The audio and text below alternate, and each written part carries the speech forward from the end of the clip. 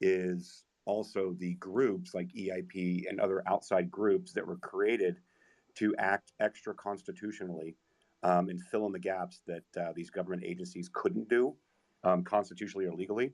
And so they were kind of like an overlay to kind of connect those strings together so they could maintain. And it actually shows how they used AI to predict a tweet's performance.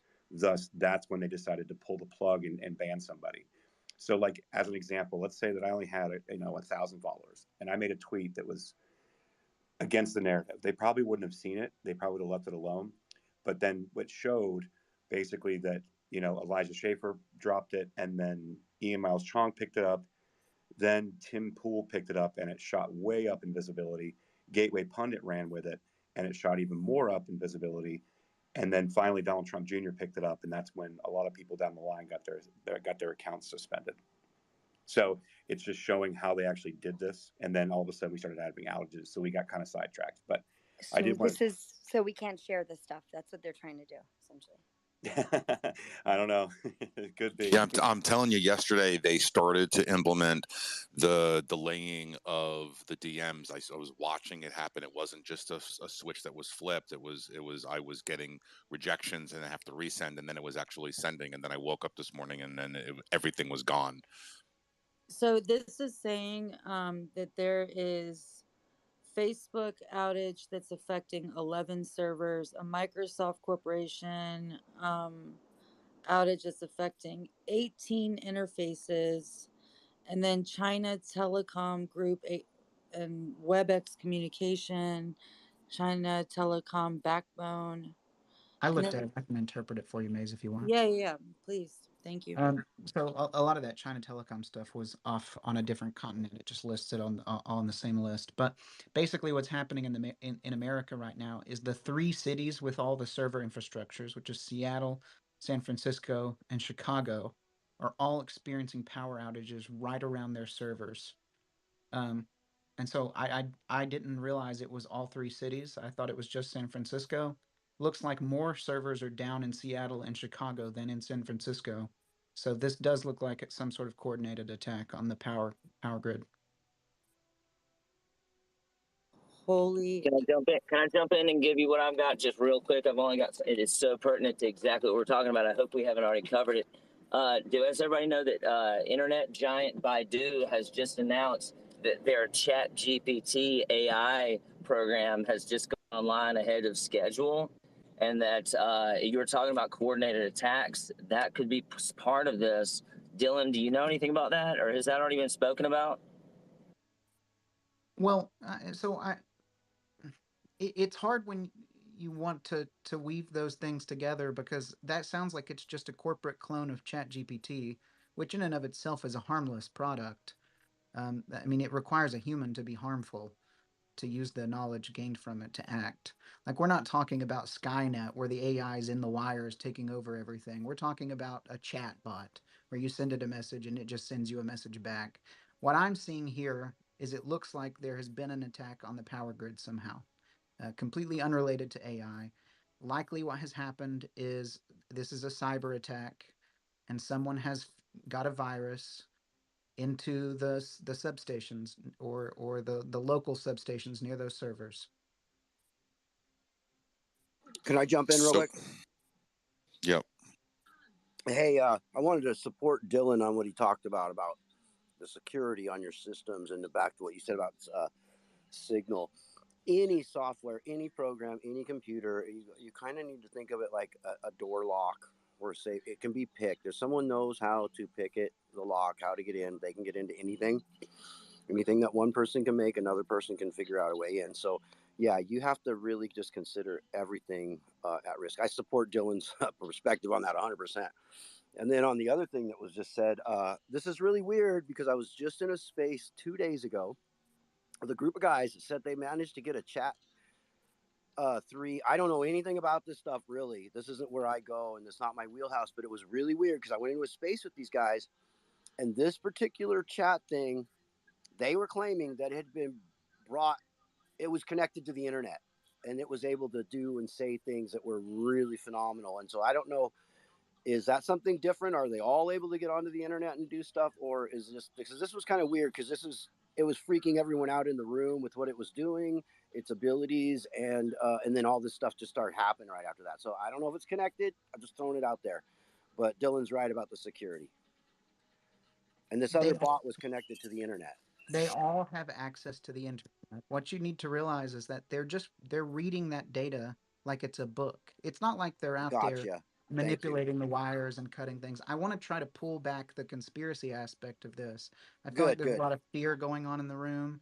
This is not like AI is taking over the world. These AI bots can just read what's on the internet and they synthesize it into cool doodles and nice text. So don't freak out. This is very limited to those 3 cities. Can AI write files though and send files and manipulate information that would cause systems to run differently? You can train an AI to do anything, but when we're talking about Chat GPT and Bard and Baidu's chatbot, they're chatbots. They're different than other generalized AIs. The military is absolutely creating AIs to do cyber attacks. That's 100% true, but it's not related to those things, and you're not going to hear about it because they're super secretive about it. Right. Yeah, So how do thank we you. know that? How do we know that based on all of this DNI release and the videos and all this information that's coming out, how do you know that what you just said isn't somehow been engaged? Hey, and real what quick. I saw could have been it. Real quick.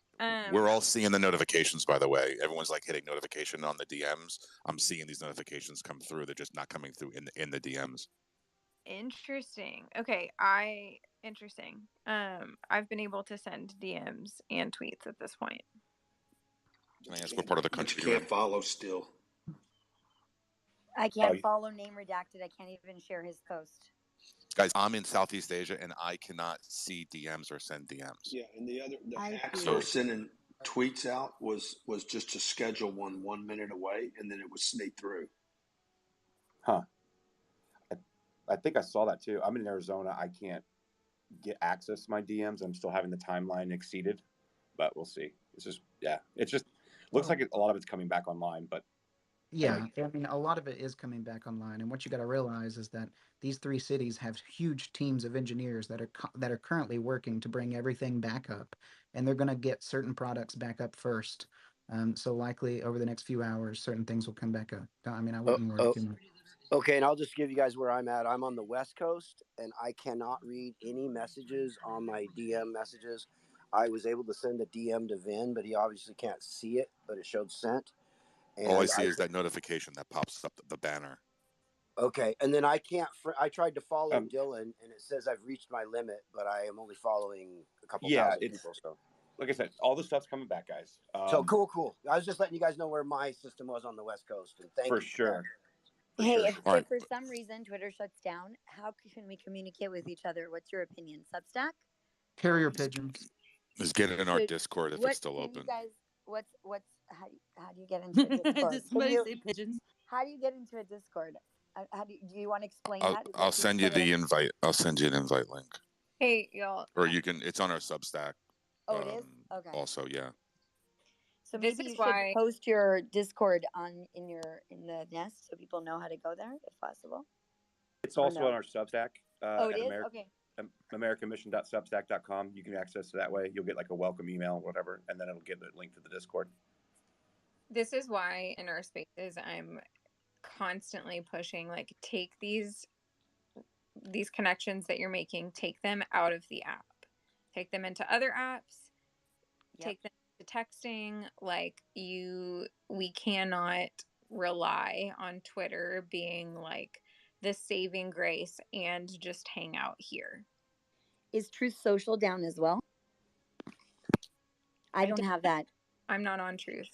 Me neither. If anybody's on here on Truth, we can check. I don't know. Oh.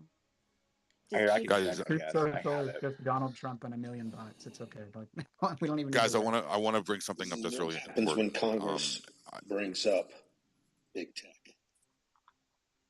Yep. Yeah. And I want to finish this thread too, guys. Go ahead, Trash. I really want to finish this thread, but then if it's quick, please. I just wanted to I've been talking about power outages coming for quite some time. I think one of the most important things everyone needs to realize is there are three main factors that are going to happen, as this is happening. Even if you're regionally, it's still affecting you, right? So water, you have to have water. People forget and are getting very complacent. Humans are complacent by nature. That is going to be taken advantage of. Make sure you have water. Number two, your medicine. Humans live longer today because of medicine. If you don't have the medicine that keeps you alive, you're going to be in trouble. Please make sure that you have sufficient supplies of medicine. And then number three comes food. Do whatever you can to get food supplies that does not require water to rehydrate. If you can need to do some of that too, that's fine. But try to do that. Emergency rations that you can get that are basically food pucks that are filled with calories, that you don't need water, MREs, things like that. That's the key, because you want to drink that water. Granted, you rehydrate food and there's water in it. You eat that. That's one thing, but you still want to try to keep that water separate from rehydrating food. Really important stuff to start to really take seriously. Go ahead, Trish. Yeah, I mean that's all great. It's really good to know. I still I want everybody to breathe. I think this is just coincidence. I don't think there's a whole lot going on here. Those are really good points, and everybody should have those regardless. Always make sure that you can take care of you and your family should something go down. I just want to kind of cool the temperature a little bit because I don't want to knee jerk. That's the last thing I ever do is knee jerk. I always try to find the signal in the noise, and using Occam's razor, it could be intentional, or it could just very well be coincidence. I just don't know yet.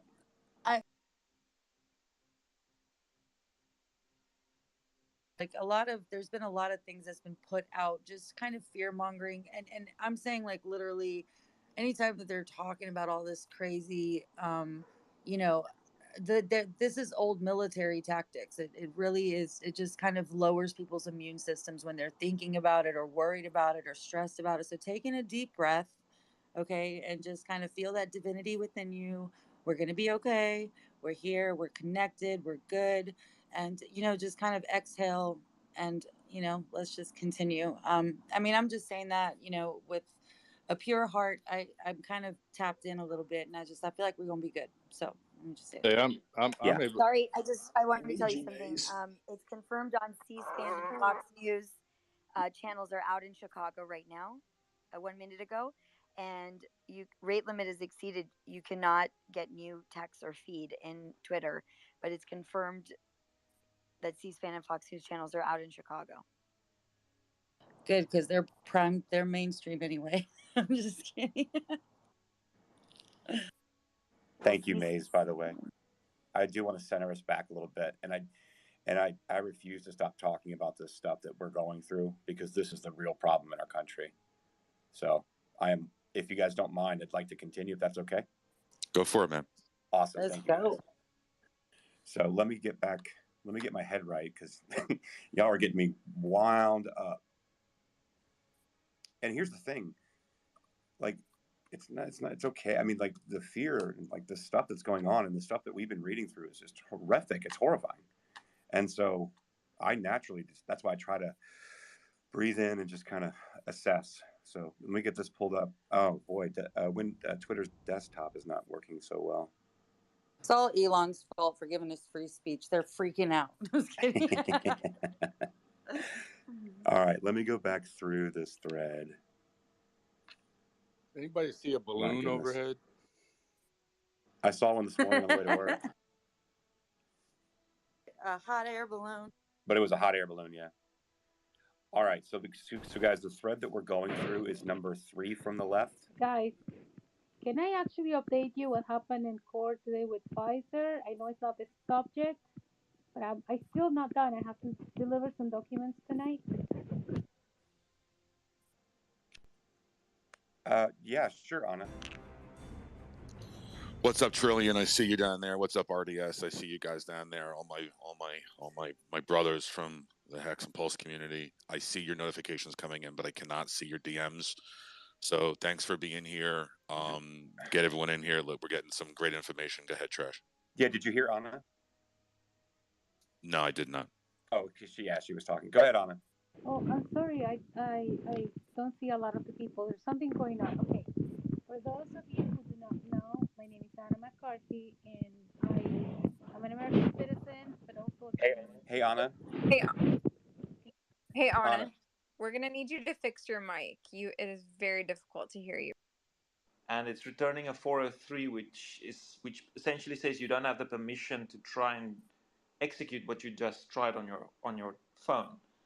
But that could be just a message that is reported as a kind of it's propagated essentially. Something else behind that service denied this service, and now it's just telling you, sorry, I couldn't do this on your behalf.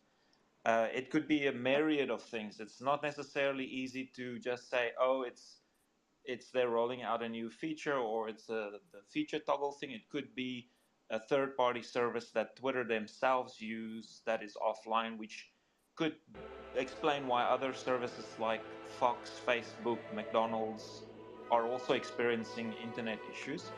Or it could be something silly like somebody changed the date on a server or installed this wrong security encryption or something that it at this moment you can only speculate, but any interaction, follows, tweets, even retweets, anything could similarly experience the same dysfunction as we saw before. Now you can tweet, but following people is still not possible. It seems like that's one of the other features that seems to be lagging behind. Okay, so we're all stuck with the people we're following for now, basically. Yeah, pretty much. Just my 5,000 closest friends. Miles, how many people are you following? You're following about 5,000 these days? Yeah, I'm in 5K zone. How does that feel? That's a lot of people to follow. Well, no, because the algorithm makes sure that even if you're following 5,000 people, it shows you tweets from like the same 4 people. Oh, nice. So you don't even notice. So whose tweets are you seeing most often? Honestly, just because I was doing the cat turd piece, I'm seeing him all the time. Yeah, so I asked Katie to get inside of Elon's state of mind. Like, what do you think Cat Turd's state of mind is right now? He might just be like napping. Yeah, just taking a nap. He usually sounds like just kind of like worn out from all his tweeting. Sometimes he goes to bed early. You know, it's hard work. Yeah, no, being a digital warrior is like, it's not a joke. Like, it's really taking a toll on him. Apparently, he tweeted internally asking people to stop working on new features and focus on stability for the Super Bowl just a few minutes ago. Yeah. That is a right. That's an internal email that was apparently sent around, and that's, that does give us a hint as to what's going on internally there. So, and that's good, by the way. Also, the NBA trade deadline is tomorrow, and if he messes with that, it's gonna get personal. Let's put it that way. Yeah, I have to message Mark Cuban and be like, Mark, listen up, buddy. Like, Well, I mean, if it goes down to this during the Super Bowl and people can't tweet about commercials, we could really be looking at civilizational collapse on a much larger scale. That's true. If they don't hear the Whopper song one more time, they're gonna. If the world knows how I feel about the newest Oatly commercial, then it's over. Can you explain it in detail? That's what people are here for, though. It's Oatly commercial recitations.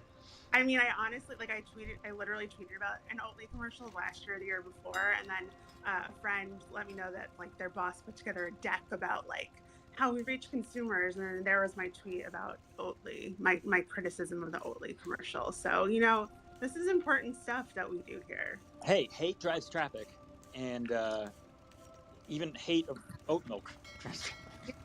I actually love oat milk, by the way. No, she's in the pocket of Big Oat. I am. I'm an oat shill. The world needs to know. Miles, I know that like you don't want to spoil anything about your big cat turd piece coming out, but like, is there anything that you can give us before it goes live? Any sort of hints at exciting stuff that we might learn? I think people will be interested to learn about an earlier phase in his life when he was trying to achieve fame and fortune in a very different way. Oh. Dog turd? And I just want to. oh, sorry. I was just going to say that I'm glad to see kind of these things coming out in regards to kind of looking at the people who have been amplified the most in the past few months or so.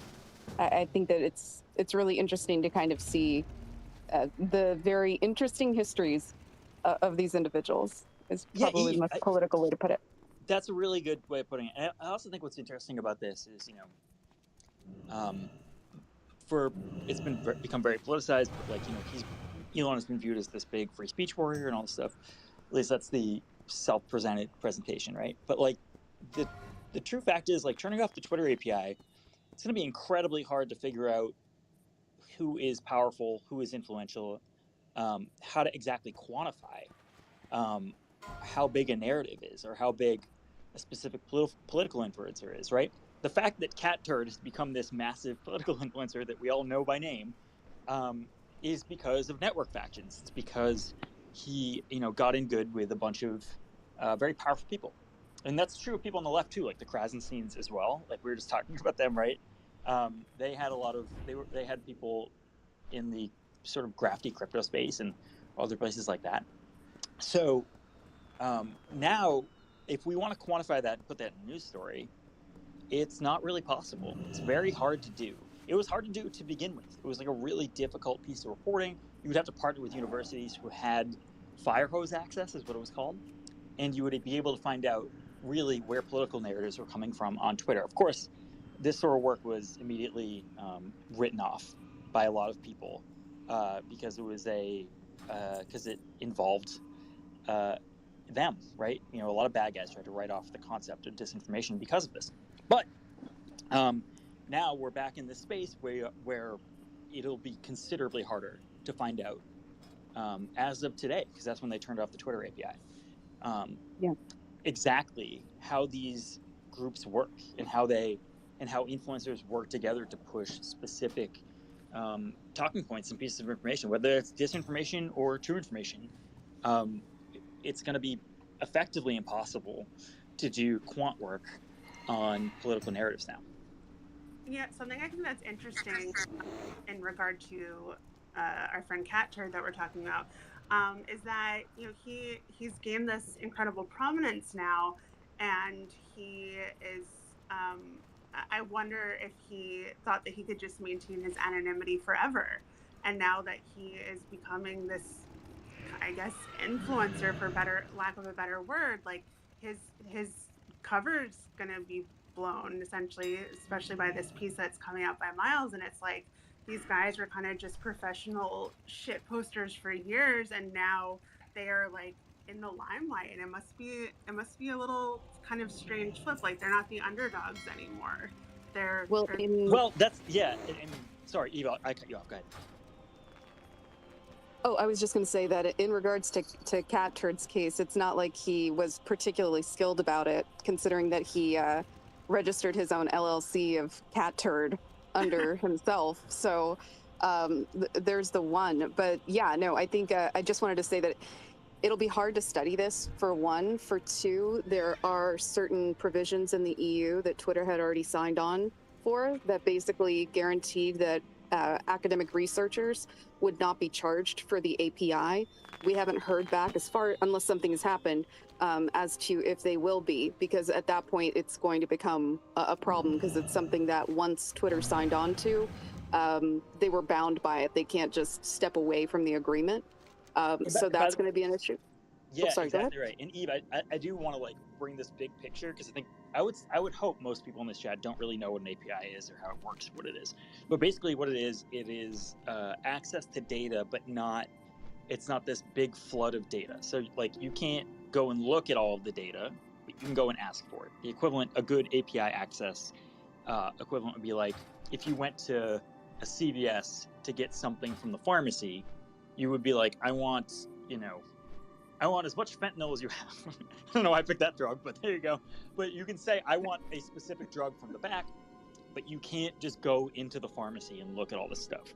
Right now, they are turning off the ability to get the drug at all, unless you pay for it. And even then, it will be prohibitively expensive to places like, research universities or people doing this for a good cause. So that's why it's going to be basically impossible to get decent data out of these companies for oversight. I guess the government can probably do it, but I think we all agree, even somebody like, I would hope Ian Miles Strong, who's in this chat, would agree that the government doing primary oversight of this sort of thing is bad, and it should be journalists doing it. It should be companies working with research universities to find out how information moves in their platforms. But that's just going away. And now it's going to be the government or nobody. And that is, that's bad. I'm just going to say it. It's not good. I think you can talk about or if you have a sense of why Elon wants to close the API, why he doesn't want us to have that access. It is expensive. It is a thing where, if universities are, it's not cheap. It's not easy. It is harder. It's hard to do, but it's also probably mostly transparency is not the point of this right now. Transparency is not the point of this website.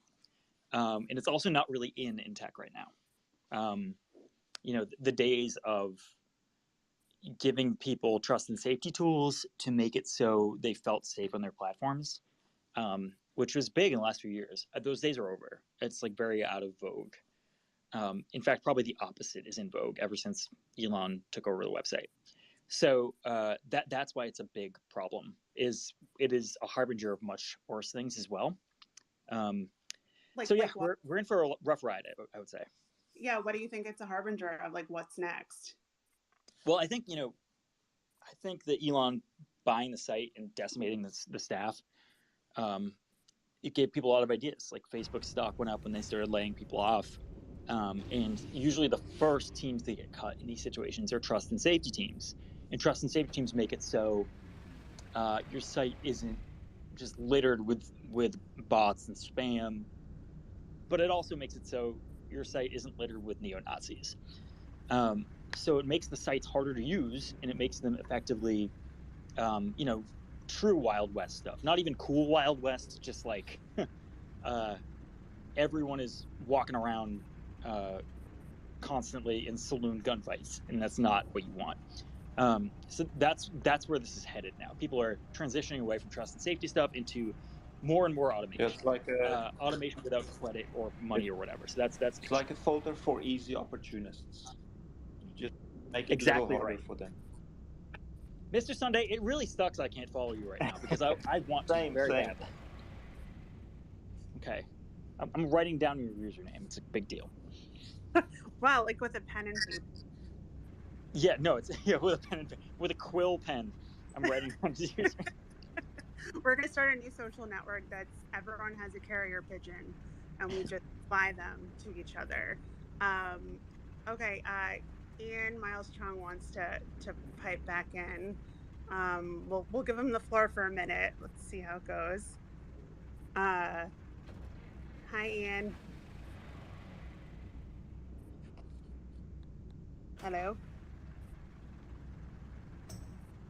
Hello. Yeah. Hey, thanks for having me back on. Yeah, I was just gonna agree with what Ben just said. I mean, I think it's a tough balancing act, right? When you have you need large teams of moderators for a large platform to function, right? And what was the point? Oh yeah, with the API, it's extremely expensive to just keep it open, right? Because when you have universities or research firms and they're all doing it for basically getting free access, it they're not running just one request. They're running constant requests, pulling data in a way that is way more burdensome to the API than your typical user might be, right? We're talking like thousands of times more per second. And so I can see why they would lock it down and charge money for it. I mean, it's not like they're cutting off access. They're doing it, on a something that you can pay for. So, I mean, there's obviously going to be money because universities can afford it, first of all. But more on the moderation issue. Yeah, I mean, I kind of disagree with the notion that Elon firing, was it 3,500 employees, caused a cascading effect. I think we've been seeing a lot of tech companies laying off people left and right, and I think that's just simply due to the economy. I think that will change eventually. I think give it a year or maybe 2 years, and they will start hiring people again. I think we can. I mean, no one here can deny that a lot of these companies are simply overextended. They had at some point too much money, right? Too much money to spend and too much resources to go around, and not enough ideas. So it's like, oh, that's just expand everything. We'll make our company larger. We saw this with Meta, with the development of the the whole Quest, metaverse thing, Meta Quest and the metaverse, and that obviously was just a joke because no one cares about VR really, right? So it's a lot of stupid projects, and so they're cutting down on all of that. So yeah. Yeah, Ian, common cause. I think that's exactly. I think that's exactly right. I think that there was some bloat, definitely. But as with every, with every layoff, like sometimes you cut people; they're actually necessary. They're necessary, and that's an issue. And like that is a thing that will that haunts any company that does layoffs. Absolutely. Just like, wait, that's just the concept of what. And more, on the Twitter moderation side, I would say that even having those 3,500 people, like I have no idea what the percentage of those people were in charge of trust and safety. Yeah, but it doesn't seem like there's been much of a difference when it comes to the site turning into a hellhole. I haven't actually noticed that. Like I've noticed actually I used to get harassed quite often by by racist trolls, I would say, right? I mean, obviously they're still there, and if I report them, they still do get banned. So I don't think that's really had any any real significant impact on my personal user experience, or nor anyone else's really. I think that previously maybe you had a lot of people in trust and safety who their jobs were just kind of superfluous. So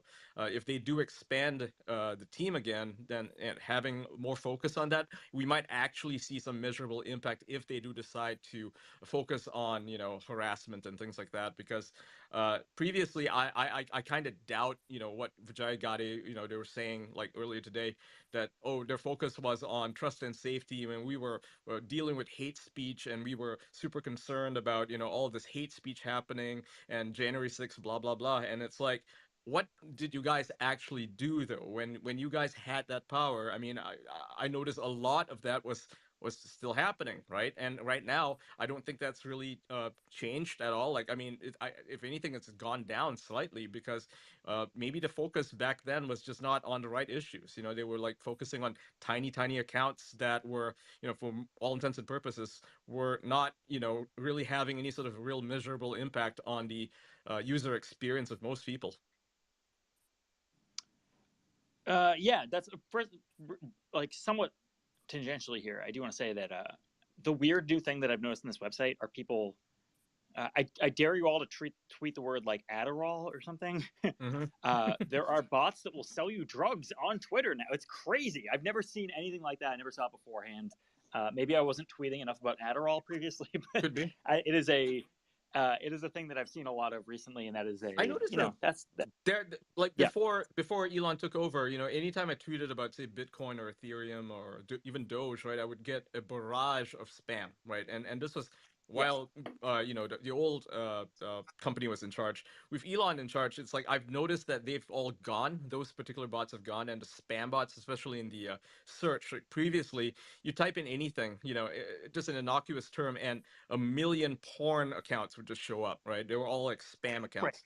Right. Those seem to have like they've cut down on those, so they've definitely done some work there. I do think I think the crypto bots are lesser than, and I think that's in part because that imitates Elon's experience in the site.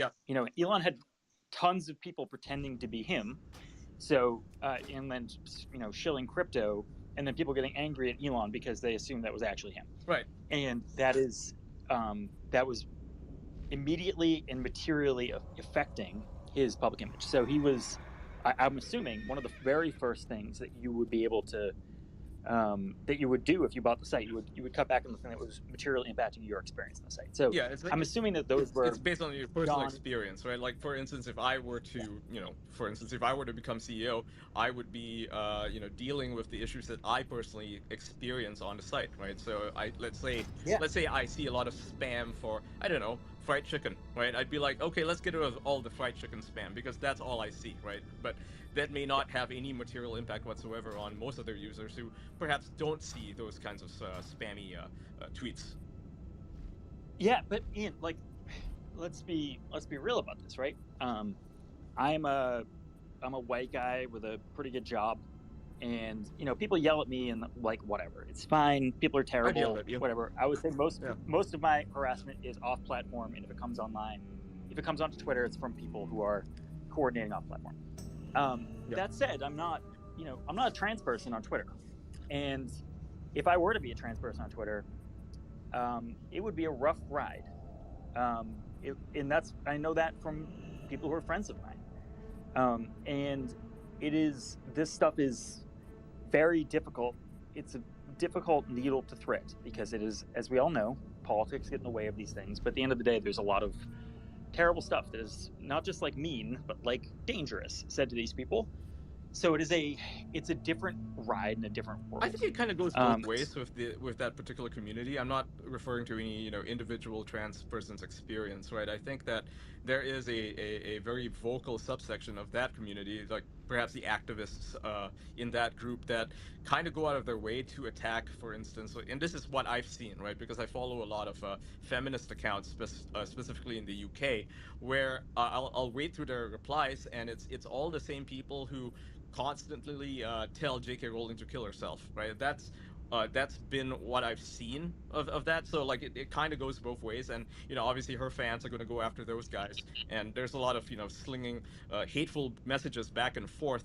But unfortunately, the coverage just seems very one-sided, on this. Just to jump in here, I don't think I want this. Oh yeah, we don't have to.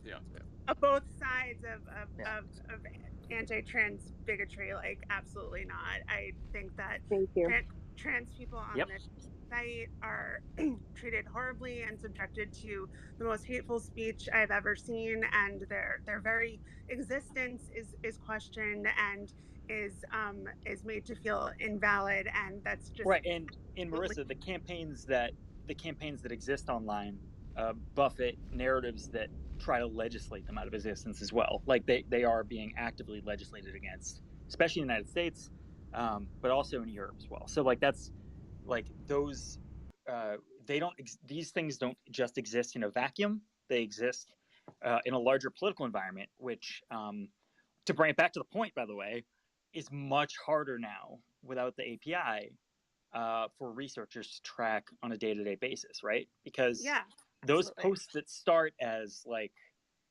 look at these weird trans people, maybe somebody should do something about it, might wind up being legislation in Florida, and that's politics, and then somebody can run on it for president, right? So like that's how you this stuff doesn't just exist as data in a space. It exists as data that turns into political action, that turns into policy. And that's the big scary thing when you're talking about massive changes to this website. It's not just like Woj can't tweet that Russell Westbrook has been traded in 10 minutes. It's that we can no longer really even see how these narratives are getting built and constructed and who's doing it, and the political power players that are joining up to use it for power and leverage. Yeah, totally. And it's like, who will be the next libs of TikTok? Like, where are these relationships being formed, and like, who do we need to kind of look out for next? Like, it's so much harder to know that without proper transparency. And obviously Elon wants it that way. I mean, that's he wants this to be the free speech mecca, and free speech apparently means treating trans people really horribly, as we've seen. By the way, I just added Alex Goldman, the famed podcaster. I was just don't know if he wants to join in and speak his truth. Yeah. Hi. I was just I when I came in, we were talking about usability and how usability has changed, and I just feel like usability has changed in such a remarkable way in like the past couple of weeks. I'm just like really shocked to hear anybody say, "Oh, you know, it's some things are better, some things are worse."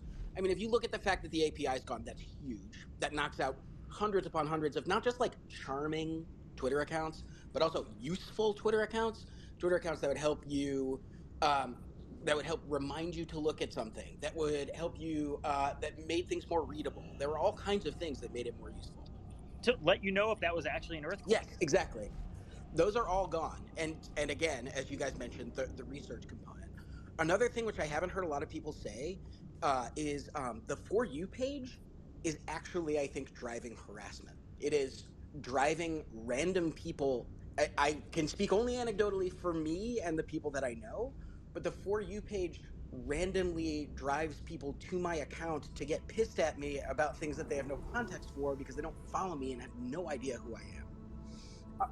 That's super interesting. So you think they're just being served your tweets for whatever reason, and they're like, oh, this random guy said something that's really pissing me off. Let me go yell at him. Yeah, absolutely. I mean, you know, I don't have like remarkable reach on here, but if I get a tweet that has like 100 favorites or something, I will get some.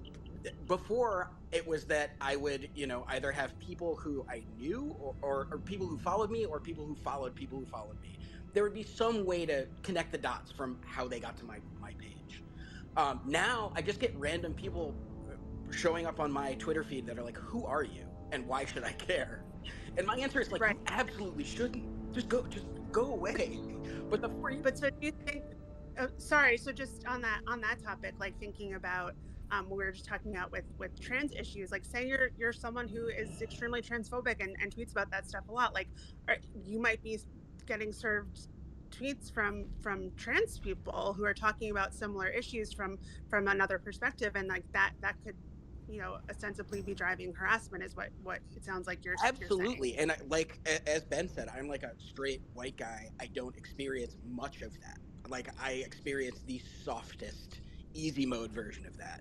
If you look at like and just independent of all of those things, like the people who are driving actual incredible tangible harassment have been reinstated to the website. You know, people like Sam Hyde, people like Graham Linehan, people who like have a history that is very easily searchable of doing terrible, disgusting things to people, to more vulnerable communities. Like those people are back, and you know, Elon Musk tweeted yesterday something about how he wants to take like a lighter touch, but gave no specifics on what that meant. It's just a free for all. And like, I don't know why it's this past week that like the usability, not even counting it not working for the past 3 hours, but like something about it has really feels like a fundamental shift for me personally this week. And I can't really even. Yeah, Alex, I mean, so I think that there is a main character effect of the For You page that is very vital, right? It creates witches, right? Totally. It creates witches. Everybody piles on the witch, and they find a new witch the next day, right? You know, as a guy who's been the witch, I think simultaneously the Twitter witch and the Fox News witch at the same time. First of all, I do not recommend it. It's not good going home the day before Thanksgiving and being the A block on Tucker Carlson and then having to look at Twitter all Thanksgiving. It's not great. But I think more people are experiencing it than just people in the media now, or just, you know, like D-list celebrities or people who tweeted something stupid. I think it's kind of coming for us all. Yeah. And it has limited the ability for people to use the site correctly. For example, I just basically don't tweet anymore. I barely use the site now, and I was chemically addicted to it like nicotine maybe 3 months ago, and that's because the nicotine is like I can see my lungs now. I go on the website and I look at the X-ray, and that is a different experience. And I think once people start doing that, once people start seeing that that's the point of the website is the pylon, then they will start moving away from it. I certainly have. Like my dick around time on the internet now is on TikTok and YouTube and all these other places. It is very rarely on Twitter. That sounds much healthier. Oh, dude, it's great. And I Yeah, mean, like, the other thing is, I'm just off this. I'm off the internet more. In part, and the other thing is, like, I used to be on Twitter, like when I was in line at the supermarket, or like when I was on the subway or whatever. And that's not the case anymore. I'm not reading a book on the subway. Sorry, in the supermarket, but I'm like, I'm doing something else. So it's a different experience. I think most people are going through this. And I think, by the way, just to be really clear about this and to bring Miles's story back into this really quickly, I think when people like Cat Turd complain about less engagement and all this stuff, I think people are just not using the site as much. And it's something that we will not know because they have no fiduciary duty to produce to shareholders how the site is doing, how many people are using the site. So I think that is basically what's going on. And I don't know. I think everyone's going to go through this. I think in their own time, they will realize that this is just not worth the one human life that you get. Yeah, I mean, I feel like I've definitely gone through a bit of a change of attitude towards Twitter since Elon bought it, and since those few times where we thought it was like actually imminently going to break, and just like thinking, oh, what would life be without this site? And the answer is absolutely fine. But it is a really vital part of the work that we do, and it is something just to pass the time, like you said. But I went into kind of the new year with a kind of different attitude towards it.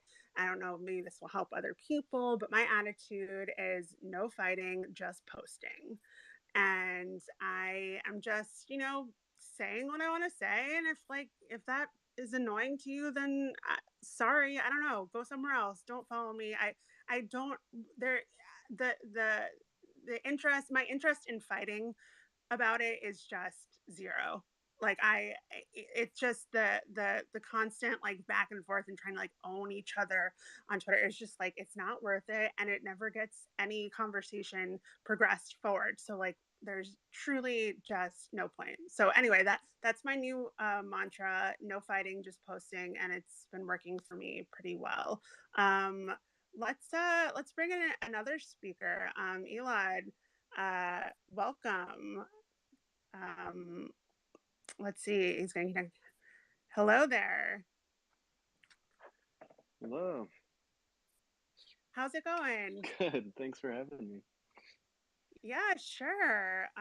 We are just talking about how the site was broken, is broken, and kind of like what that means and how it's making us feel. So like what do you want to talk about? Yeah, I just wanted to respond to some of the things I've been hearing. I think one of the things I try to add in these discussions is too, like one is this site has always been crap, and I think it's so important that people grasp that because it's not just about Elon Musk. Elon Musk is, a billionaire who's taking advantage of the moment, but Twitter was created essentially as a trolling factory from the beginning. And I think it's so vital that we start to look at our technology and our media much more critically as a whole because for example, Facebook has led to actual genocides. There's multiple genocides that have been aided by Facebook, and so these technologies are being actively created in a certain way by certain people with agendas that are unfortunately not in line with like the public good in any sense. Number two, yeah. Oh, sorry, go ahead, Miss. No, I was agreeing with you. Yeah. Keep going. So yeah, a lot of the issues that we're seeing are things that are pre-existing, like the For You page and all these things. This has been a problematic platform for a while. It's just now falling apart. And so the second part of what I like to bring up is that it's so important also that we understand, I think it's very easy to go the other way and say like, okay, everything is crap and thus there's no value to the platform at all. And I think the essence of the success that those of us have found on Twitter and on other platforms is connected far more to the human connection that is natural to humans and that is essential to humans. And like I can speak for myself, almost everything that I've accomplished recently and been able to do has been through the connections I've made on social media and through Twitter. But it should be looked at as despite the platform, not because of the platform. Essentially what we have is a bunch of people power grabbing through tech who own these platforms, who are manipulating, our data, manipulating us, and making us addicted, as Ben pointed out. And we need to be mindful of that. But we also need to be mindful of the fact that, as many have pointed out before me, underrepresented minorities, vulnerable people, we gain power by being on here and by speaking up. So we need to find that balance, I think. Yeah, and I think it's a really good point that we have managed to make these human connections despite what it was set up to do. And just like you, I have had a lot of connections and friendships and all sorts of relationships through this site. And but if I step back and look at it objectively, it's like, yeah, Twitter's kind of crap. It's kind of a crappy place. But then I think when there's the threat that it might be ending, we have those things where people share their favorite threads or their favorite tweets or like the funniest things that happen, the funniest days on Twitter, and they get really nostalgic about it because there is something that we obviously all enjoy about being here. Otherwise, we wouldn't be here. Nobody is forcing us to. Like Marissa, you and I met on this website, right? And then we've hung out in person several times. Yeah. You kind of work at where I work now. There's like a whole. It's a good website when you meet the people you want to meet. And as I think, like the big understated thing here that Eli was talking about was, it really was. It was the fuel for a lot of very big protest movements that toppled very bad things. Like a lot of those things happened a long time ago. Yeah, in the short scheme of history, 10 years or 8 years or something. But these smaller movements as well really helped. You can look back at, for example, the protests in 2020. You can look back at. There's probably something more recent than this, right? But they are things that happened that the media had to catch up to. The traditional mainstream media had to physically catch up to, and that wouldn't have taken place probably without this website. I don't think it would have. Well, I think the really cool thing also is that, if you go to just a physical protest, right? Like that's an event, that's a moment, and you share that with people. But then once you go home, it's over. But with Twitter and other sites similar to it, it's like there's these movements and you connect with people, and I think it helps continue to move the work forward because those connections don't just disappear the next day. You're able to keep engaging with the people who are doing the work, and it's yeah. I mean, obviously a net good. Yeah, Teddy, you want to jump in? Do I have to allow you to? No, I'm here. Hey, did you raise No, your hand? yeah. I mean, I think one of the things that I've always found interesting about Twitter is that you have kind of an outlet where people can be more than one thing all at the same time, right? Totally. Especially when it comes to like people's fandoms. That's why I mean, I've connected with a lot of folks on Twitter, like around kind of politics and journalism and stuff that I report on. But like some of my favorite kind of little are the side conversations, right? Like whether it's like baseball Twitter and kind of trolling all the Astros haters, and or like finding new communities, kind of watching Last of Us on HBO and watching like all these new people that I didn't know existed on Twitter. And so it's always, I think it's kind of, I think the side conversations are always the ones that I've found more enjoyable than anything else, is finding the kind of little.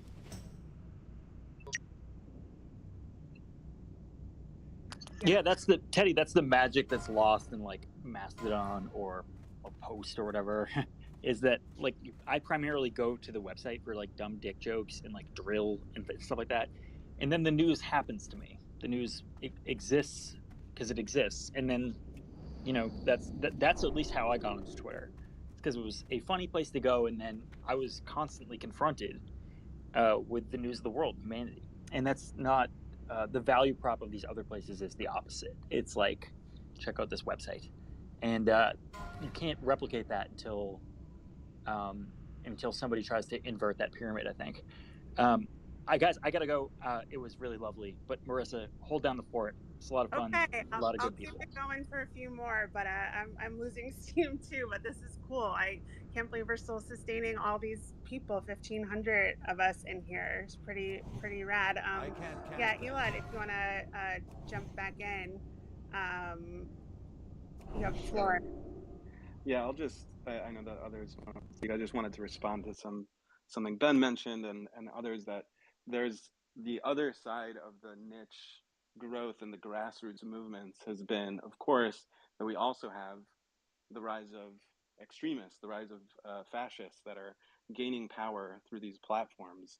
And I think that is the danger that Elon Musk represents, because he's, as you know, he's like platforming people like some of the folks in our audience are essentially working for him, or maybe he's working for them. And it's fascinating to kind of watch it happen. They have his ear. And what that means is we have guys like Baby Blasco, we have guys like Andrew England, we have neo-Nazis now who are back on the site.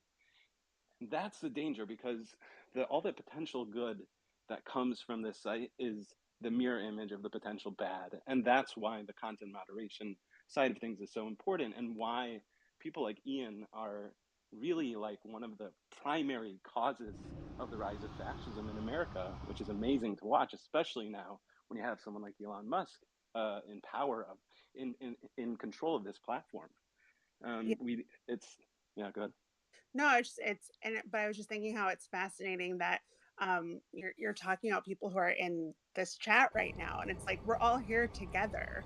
We're all in this madness together, and we're all kind of like fighting for who can control it, and like who is, how, in whose image are we going to see Twitter.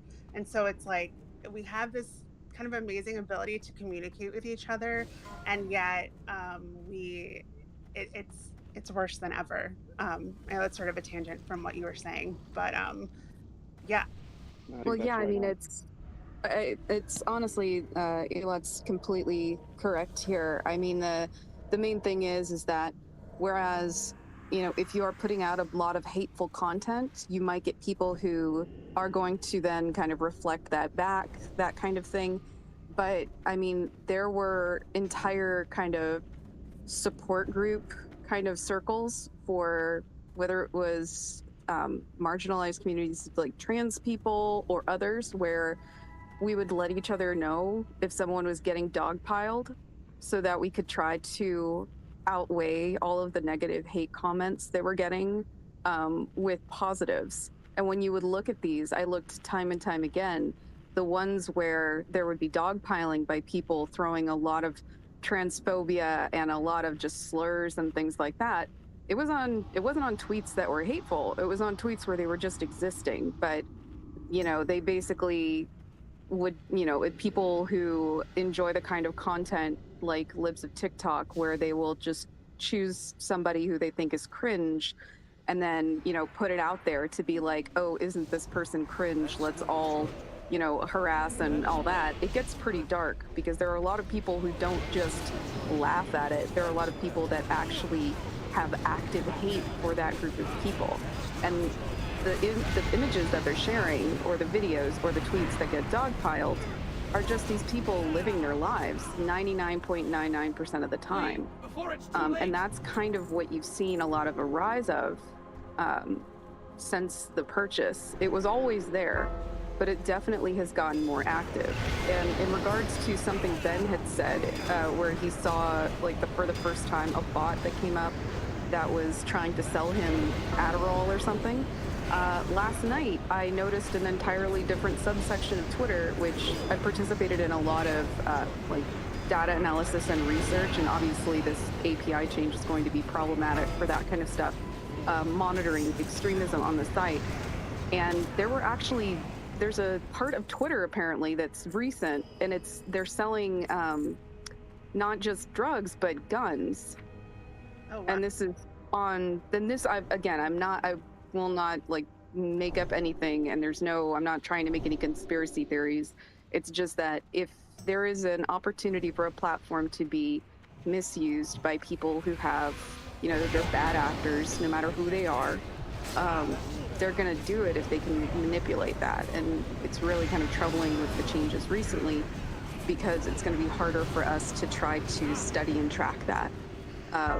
And also, again, for like the one that I was talking about in regards to trying to find, you know, normal people who are just, you know, doing a normal thing, nothing hateful, and they're getting dogpiled by either a bunch of people jumping into the replies and, you know, posting gore in the replies or posting slurs, things like that. That's the kind of harassment you get if, you know, if you're on, you know, the marginalized part of, which was what Twitter was really great, to be able to connect with these smaller communities. Anyway, that I just wanted to put that out there. Yeah, I'm going to invite Dr. Savani Visanti. I haven't said that correctly. Please correct me if I'm wrong. I'm just quickly going to, if you don't mind, respond to something that Elon said earlier. I opened my Twitter account in 2007. I was one of the earliest users.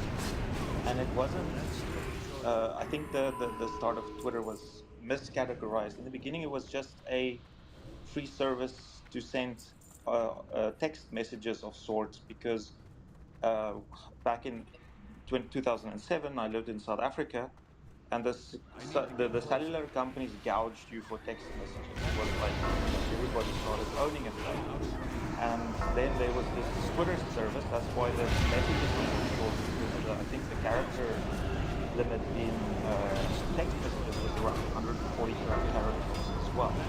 So it started very, very innocent, and with any new innovation in media, you go through an evolution and growth pains. You know, it'll attract the wrong crowd, and then there will be a counterbalance or a counter reaction to it, and things adjust. So it's never one thing. It's like this ever-changing things, and similar to which ties with another topic discussed earlier. Why is the API being taken away? It's not completely being taken away. You can still have a light free version of the API. But if you think about chicken, an egg, there's yellow, which is the chicken, the little pig, and the white, inside the egg, which is free food, right? So when something is growing and requires nurturing, it's being provided and it's free. It's kind of, you don't need to do anything, and then it grows up, and then it has to go and forage for itself, find worms, seed, or whatever. So it's just, I think it's a natural evolution. I don't think it's something sinister that motivates this kind of behavior. It's just, there's a feeling in reality. The lump of coal has to burn somewhere to generate electricity, to run all these data centers that, you know, provide this as a service. I think that when the more people get attracted, it'll change out of necessity. It's a practical thing. But as to the origin of Twitter, there's a philosopher by the name of Marshall McLuhan, a Canadian, that said the medium is the message, and he says that what he means by that is the change of scale or pace of or pattern of a new invention introduces new complication into human affairs. It's a normal byproduct, right? Nobody was this hyper connected before social media existed. So we don't have a handbook written by someone to tell us how to conduct ourselves. So it'll attract bad actors. It'll attract people with nefarious intentions. But the system typically always, to secure its survival, has to react to these kinds of things. So I don't think Yeah, it's one thing. no, I totally hear you. I appreciate that. I just wanted to jump to a new speaker I just added. Dr. Yastanti, are you still there? I am here. Can you hear me okay? Yes. Am I saying your name right? Yes, Yastanti, that's correct. You did say it correctly. Awesome. Well, thank you for joining us. What would you like to chat about? So, just listening to the conversation that you guys are having, one of the things that is a concern to me is that I've always known Twitter is what you make it. It's any social media platform. It's what you make it, and it's how you respond. Um, and it's what you decide you want to do with your conversation. I mean, I get a lot of people who come at me about different things, but then there's a lot of people who are positive too, and that's the whole reason that I've been on the platform. When I've come on, a lot of the things that I've seen, we've had funny issues. There's funny events that happen, and one of the things that I've learned about Twitter is that you can steer the conversation.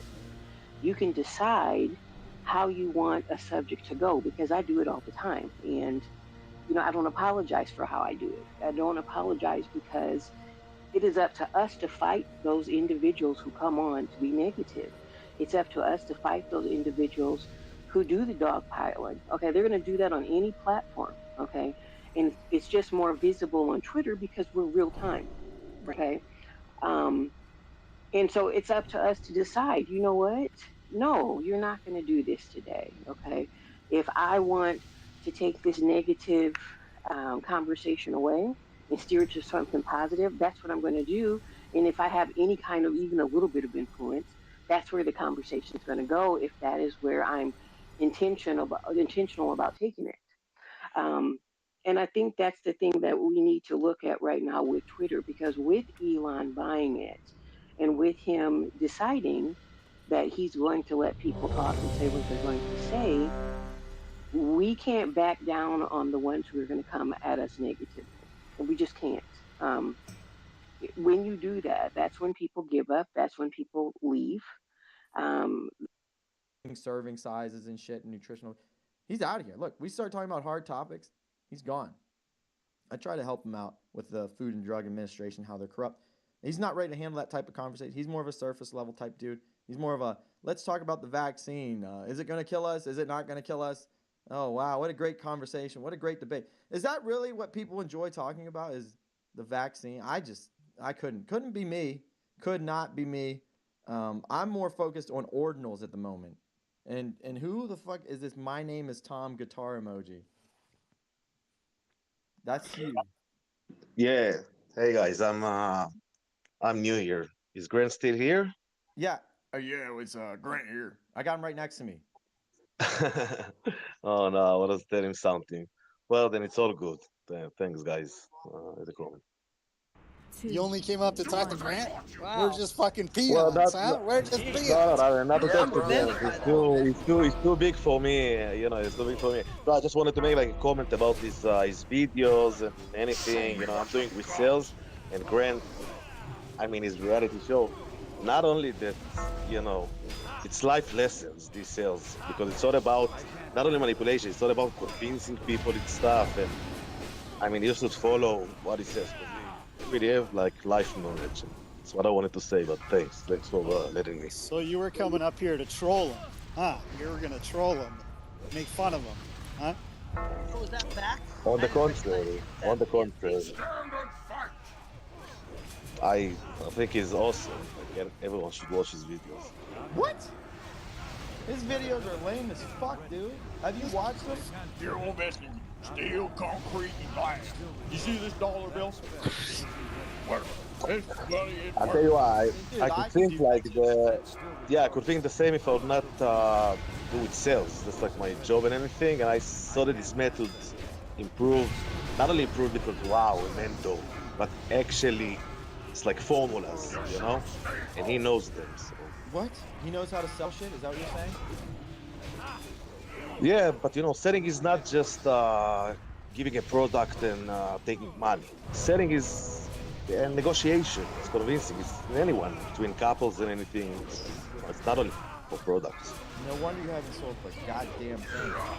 Okay, what are you trying to sell? Nothing. Trying to sell Grant Cardone videos. He's trying to sell Grant Cardone videos. He's a shield. That's how good Grant is. He leaves and he sends his shield up here to tell us how fucking good his videos are. No way. I wouldn't try to sell that.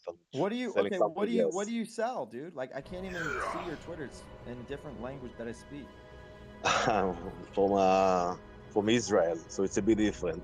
I'm actually dealing with selling not opportunities. I'm working for like a Forex company for investments and anything, but I'm not very big on crypto like you guys. So I'm not big on crypto. What makes you think I'm big on crypto? Right. So, but they're actually physical servers somewhere, sitting somewhere.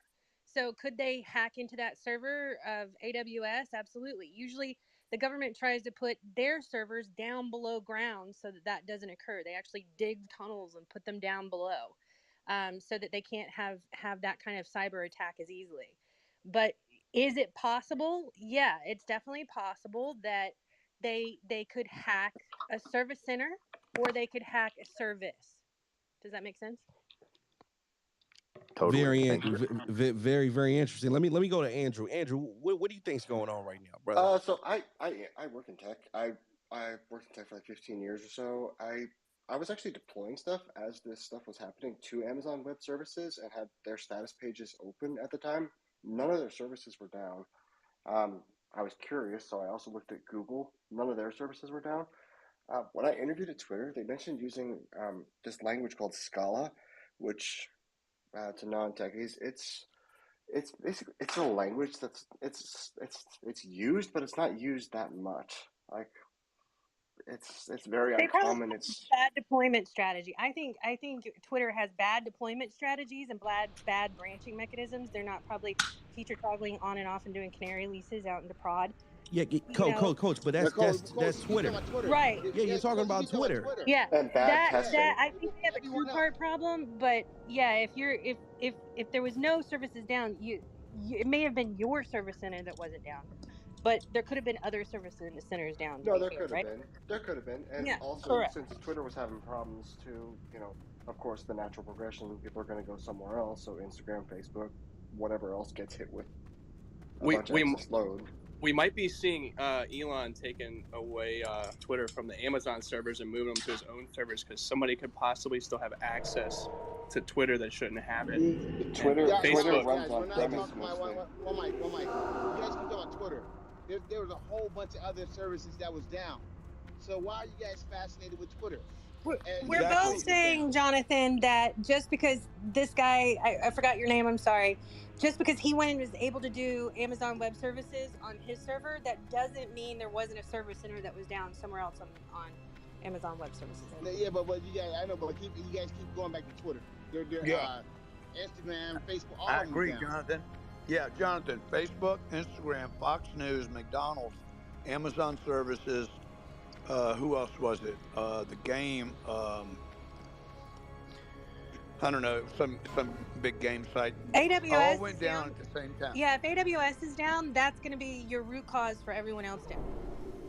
That's just going to be for Twitter, but Facebook hosts its own web services, so that's not true. I have a degree in computer networking. Facebook does have their own. That's why they were down for 8 hours, because they basically blocked themselves out entirely.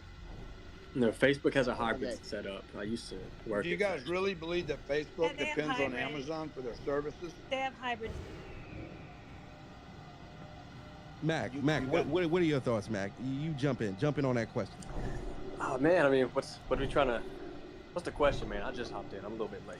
Like, how are all these different services down at the same time? Because they're all hosted at different places. So basically, trying to figure out why is all this stuff happening at the same time on so many different platforms. Well, it depends. And then 4 days ago, all U.S. airspace was shut down by the FAA. You guys think these are just coincidences? That's happened 3 times in the last 60 days. Right, and the other day we just shot a Chinese spy balloon from the sky.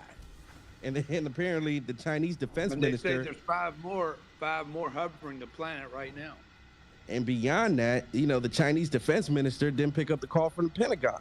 They're pissed off at the U.S., right? So, I'm trying to get you guys to explain it from a tech perspective, but I think that concept of, Amazon Web Services being down and that's affecting everybody else, what I'm gauging here from Andrew and Mac is that may not necessarily be the case. Am I correct, Andrew and Mac? Whenever you start talking about web hosting, you're talking about things that can be configured completely different for everybody. To go in and say like, hey, AWS caused A, B, and C to go down, that's not necessarily the case. They might have some services hosted in AWS.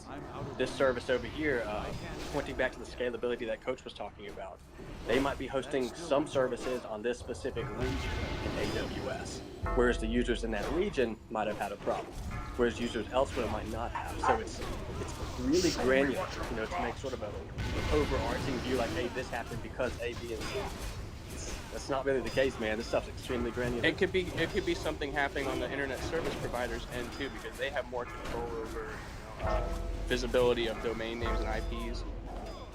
Yeah, this is a spider web of shit. So to make like one claim of why. So Mac, do you think we're being hacked? Do you think this is a cyber attack? Like what are your thoughts? I don't even. I have no idea, to be honest with you. So you are considering it. I heard the yeah, pause I mean, there. Spider web yeah, shit. That's right. Yeah, that's exactly how I feel. Yeah, absolutely. I mean, you can never rule that out 100%. There's no such thing as a system that is 100% secure. So, who would be a big target? Who is a huge attack vector for hackers or foreign governments, whatever? Definitely AWS. So is it a possibility? Absolutely. Wow. Anybody else on stage want to jump in and chime in on this, right? Because listen, I don't want to jump to cyber attacks, right? I really want to understand this thing from a tech perspective because I know nothing about it, and then we can just move from there, I guess. So Braden, jump in. What are your thoughts? Yeah, so I just want to clear up the AWS situation real quick, right? So number one, we don't know what the fuck is going on. Sorry. Number two, if AWS was to experience an outage, it would affect a significant portion of the internet because companies and organizations use AWS to host their websites, applications, services, APIs, etc. Right? However, not all servers would go down if AWS were to experience an outage. Why? Because some companies and organizations have implemented, disaster recovery backup systems that allow them to keep the services running, even if the infrastructure goes down, right?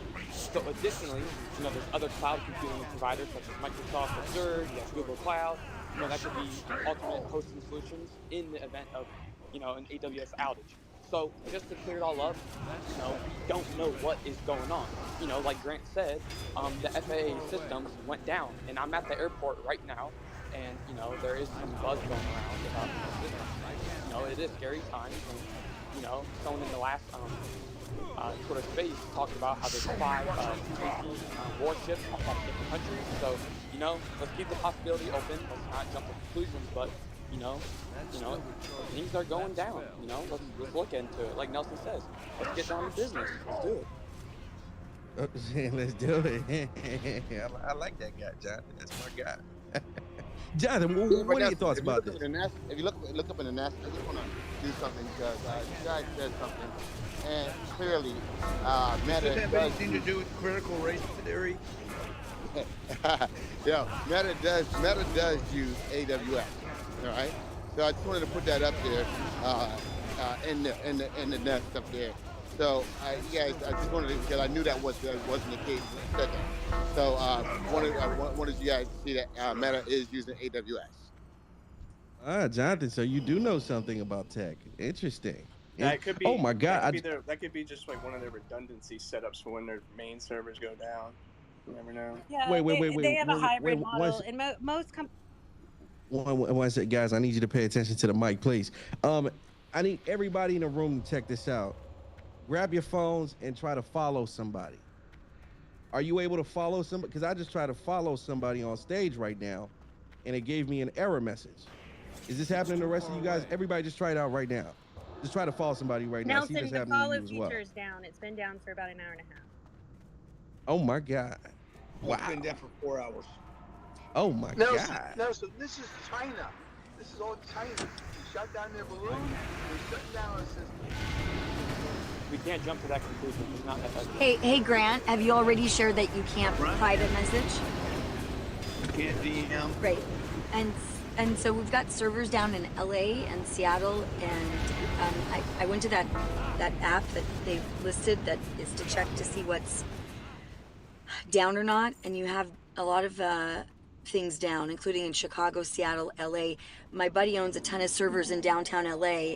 I've been texting with his wife. She says she can't even speak to her husband because he doesn't understand why those servers are down in downtown LA, and he leases all that out to the big guy. So the minute I get him, he's like, you want me to get him in Twitter space, but I'll try to get him on here, okay? So you're gonna bring her? Oh, I didn't know I was allowed to bring guests for you before. Bring some GD guests, man. Let's go, okay? Hey, I just want to say I'm out of here. I don't have a headset, so I don't want to stay in here and cause reverb on my headset. But thanks for having me in. I'd like to come back and talk some other time if you want to. What you need a headset for? Because I'm gonna hit the mic too much, and you guys are gonna hear other people talking. And I'm at my friend's house, and I'm about to see my brother who's been here I think 10 years.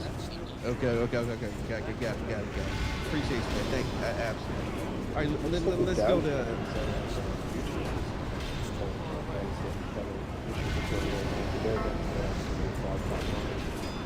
Oh, so YouTube is down as well? YouTube is down as well, yeah. What is going on? This Fox is News, Fox News, C-SPAN. What do you say, Grant?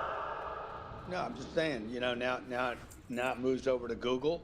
You guys, anybody here, I mean, I'm not a computer person. There's no way that Facebook depends on Amazon or Google depends on service. That's exactly correct. It's impossible. They're showing that across multiple platforms. So it's not just services. They're showing you they can play with us anytime they want. Brian, you really think this is China? Well, it's not Bolivia, okay? It's not Guam. It's they're showing us what they can do. I think. Man. Sorry guys, but Elon just tweeted that Twitter has been informed by the Turkish government that access will be re-enabled shortly. That's just for Turkey. That doesn't have to do with the rest of America. Yeah, I'm not really interested in that. Sadly, I believe it's all related. That's right. Go ahead. No. Elon is bragging about his satellite dish. That's what it's self-aggrandizement, and good for him. He's able to put them back online because of his satellite service. But I wouldn't be surprised. I have no evidence that it's China, but there's too many things going on with them right now. They're preparing for how they're going to attack us, when they want to attack us, economically, technologically, and every other way that they can attack. The only thing they understand is brute force back. They understand sanctions. They understand America being strong.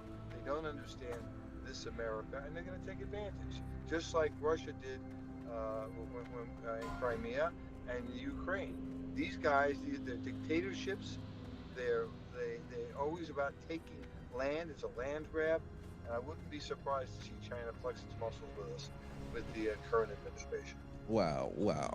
Super crazy, man. Super crazy. Let me go to Khaleesi. Khaleesi, what are your thoughts? Do you agree with Ben Stock, or do you think this is a tech-related issue? What are your thoughts? I think what Ben Stock was saying was highly hilarious, to be honest with you. I mean, he's talking about, China loves sanctions, and China want to damage America and all of these things. And I hear Biden go on about China a lot more than anybody else. I just think it's hilarious. And when we talk about Russia loving sanctions against America, actually Russia at the moment is under more sanctions than any other country in the world.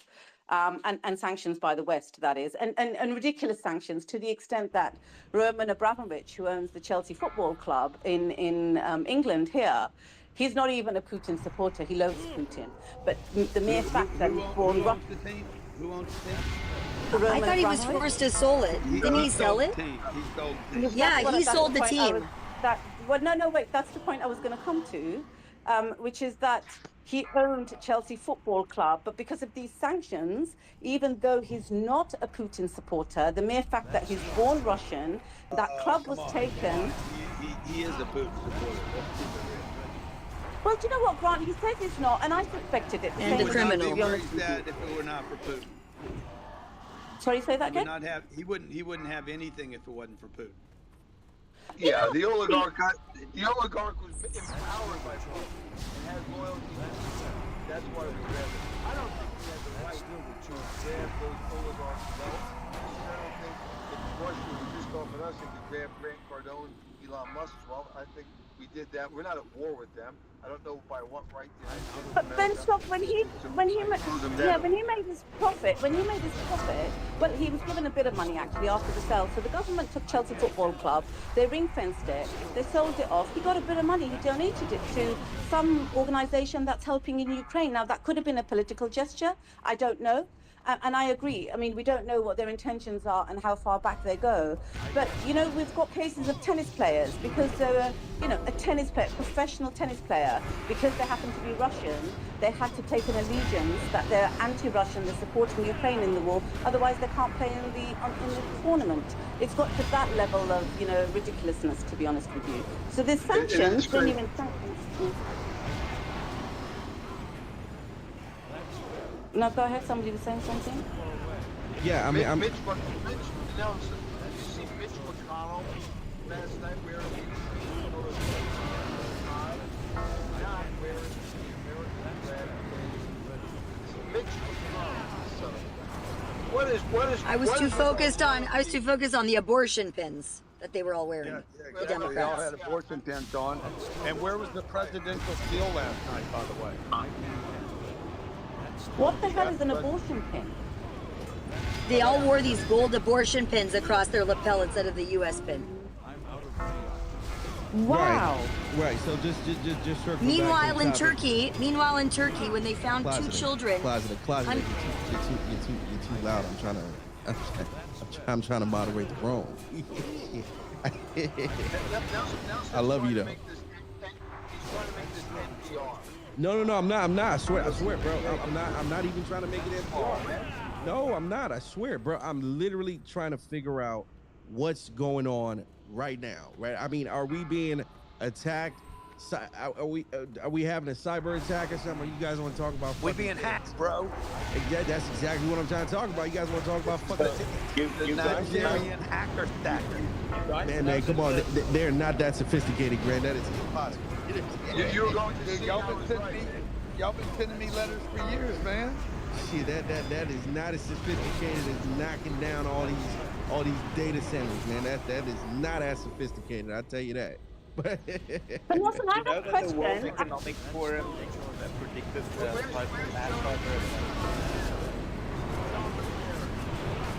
John came in another room. I was in an NFT room. He came in. He capitulated. He came into the room, and the host of the room said, "Oh, here's the guy with 6 million followers on Twitter, but he only gets 30 likes." Holy shit! Oh my God! That happened? Oh yeah. Was Storm, were you there, Storm? Anyway, I was in John's like, okay, I'm leaving. He must have blown out of that room quickly after that. Oh my God! He did. Oh, I said they're either robots or nobody likes him, one of the two. Damn, you guys doing John like that? Oh my God! They're robots. What do you mean, man?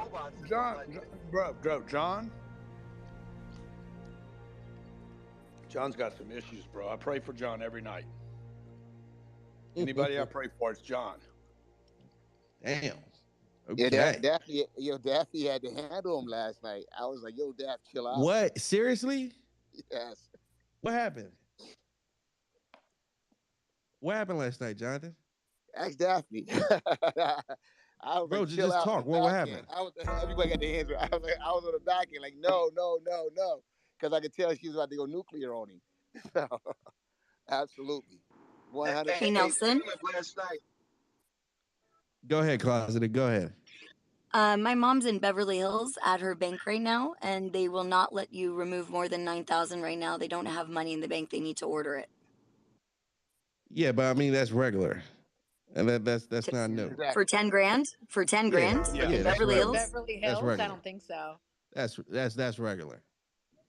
People buy like cars cash here for 200 grand. Listen, that's regular. Okay, unless they call ahead, that's regular. They have cash. They're just not giving it to her. I love the way Closet's trying to link all these things together to make it massive. I mean, come on, man. That's regular shit. Well, I just went to my Chase Bank and got 12 grand cash out. Yeah, that's a different branch. Mama's a deadbeat. Wow, there it is. You did not no. They got plenty of money. I'm not worried about that. Your mama's a deadbeat. If they can't trust your mother with $9 grand. No, your mama's the deadbeat, not mine. God damn. Your mama's a prostitute. But Closeted, but seriously, Closeted, that's So how did your daddy like her then? How did your daddy like her? Oh my God. That's Y'all going See, crazy. but I know huh? I used to live in Beverly Hills, and the strippers, they don't let the strippers take out more than $9,000. You know that. Oh, well, thanks for complimenting my 75-year-old mother. I love it. I'll tell her you think she looks like a stripper. Somebody's got to strip for the older guys. Man, Grim, why you talking shit to this lady, man? If God anybody could, it damn. would be my mom. She's hot as hell, let me tell you. Damn. Closeted by Ireland. She's awesome, dude. She can Now, always so we keep got to the clear. taste. We have to clean this shit up when Grant leave now, man. Nah, but Closet has got a good. Wait, Grant, are you from New Orleans? Really? Yeah, I grew up in Lake Charles. Man, that man is from the Bayou, and when you look up to the stars, I didn't know who you were until 3 weeks ago. man, I'm It's giving you kinda the crazy. flow, Closet. I'm giving you the flow. Listen to the flow, okay? That boy Grant is from the Bayou, and when you look up to the stars, you see that 650 fly right by you. You dead. That must be his plane. That must be his plane that he owns sir. now. Yeah. That's a shooting So what star, is what does 10x mean? What are these conferences you do? I want to understand. I have no idea anything about this stuff. My son said you're the shit. God. So you don't know about the 10x Growth Conference? It's the largest never heard business. Of You walk in a room and you don't know whether you're at a concert or a business conference, and you're really at both of them. So we're about to have one in Vegas on the 14th of this month, 14th, 15th, 16th.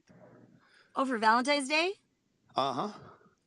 Oh, I'll be out there. Valentine's Day in Vegas. Love is Who does that, huh? Who does that? Strippers. What the fuck? Yeah. Well. And prostitutes, Grant, and prostitutes. And a couple others of us, you know. Yeah. Why can't you do the meeting near Mar-a-Lago in Florida? That's trash. Well, I do one every other year. I do it here in Miami.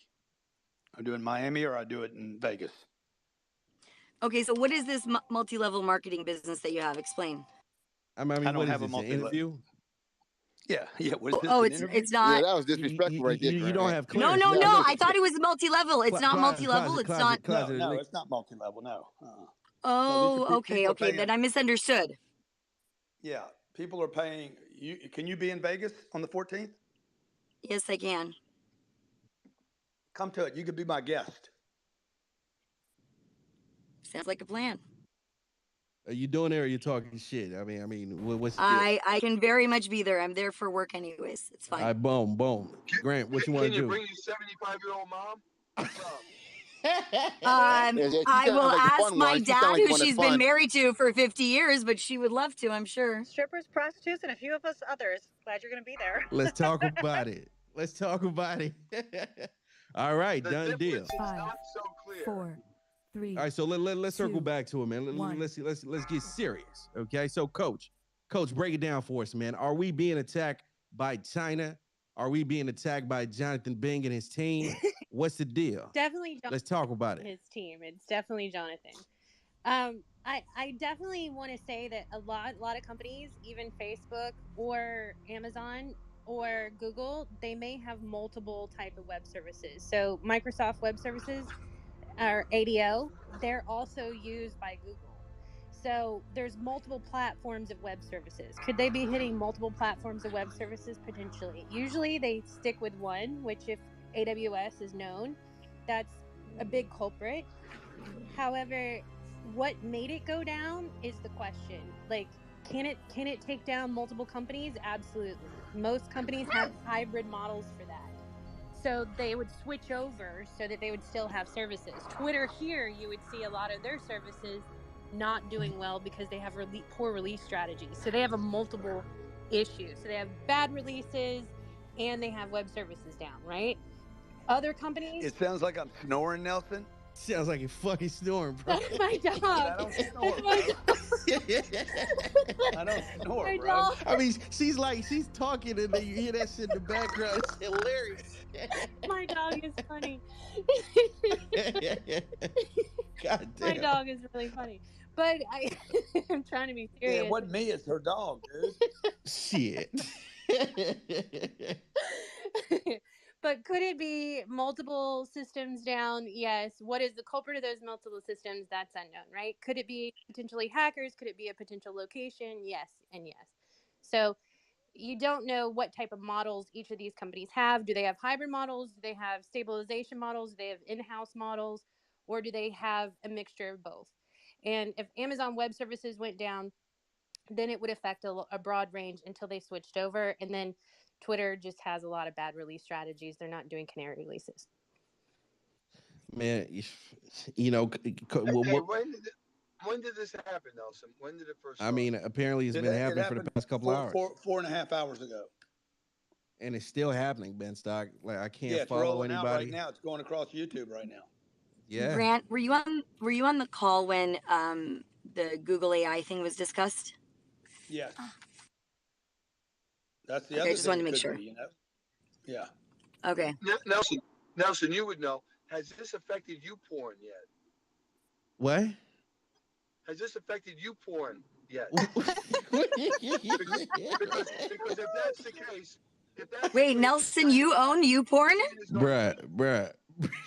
China's gone too far if they blocked that or found a way to interfere with that. And I think we need to take a look at this. The And entire I think world would bipartisan shut support. down if that happened. So probably 100%. not. Probably not. 100%. Sarah, what do you think's happening, Sarah? You tell me. What do you think's happening? Well, I didn't even know that. I just thought it was Twitter. I didn't even know that Facebook and Instagram went down. Are you all saying that it went down simultaneously?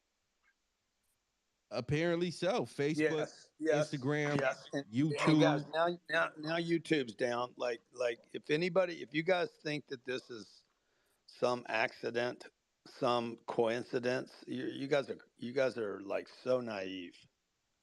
You know that the World Economic Forum predicted cyber attacks, and it would be bigger than the pandemic. It's probably because. Oh, I believe that, dude.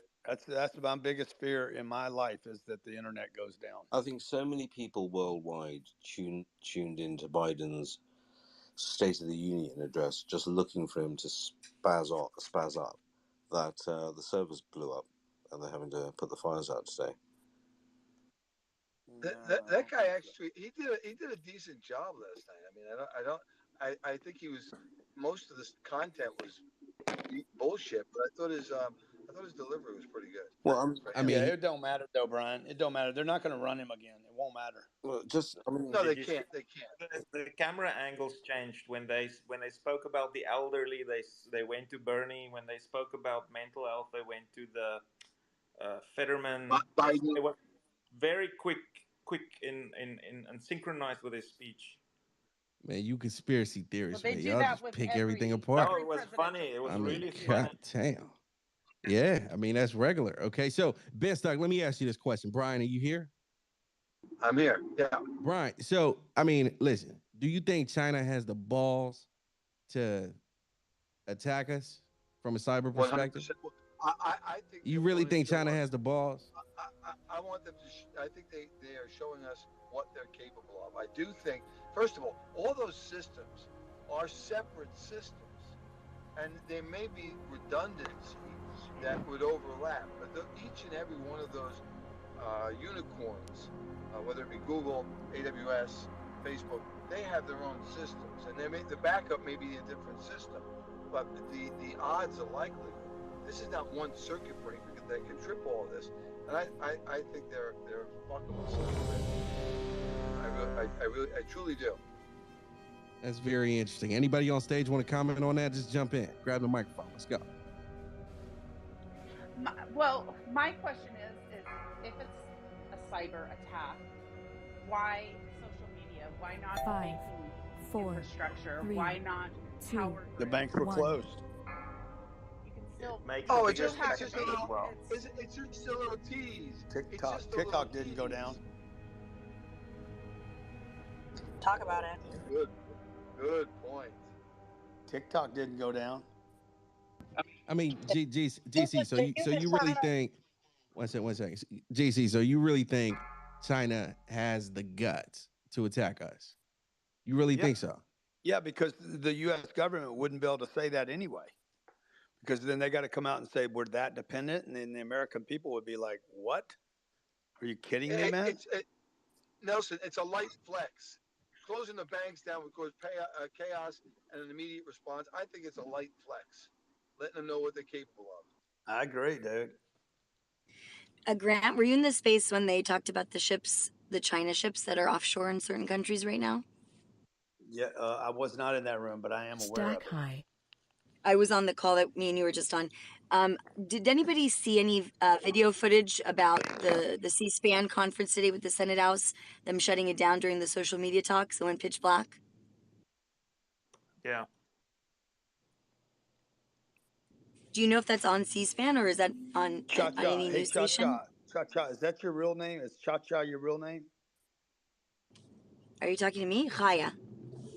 Chaya Levy, that's your real name? Yes, sir. What do you do? Well, you'll get to meet me next week and I'll tell you what I do. I back channeled you. I'm working at the hospital next week in Vegas at UNLV. I have some work there. Okay. What, that's your real name? I'm trying to find out who you are, though. You're trying to Google me. Is that your real name or your Twitter name? It's my real name. Should I not have put my real name? But you've always said you don't put your real name. Chaya Levy is my Hebrew name.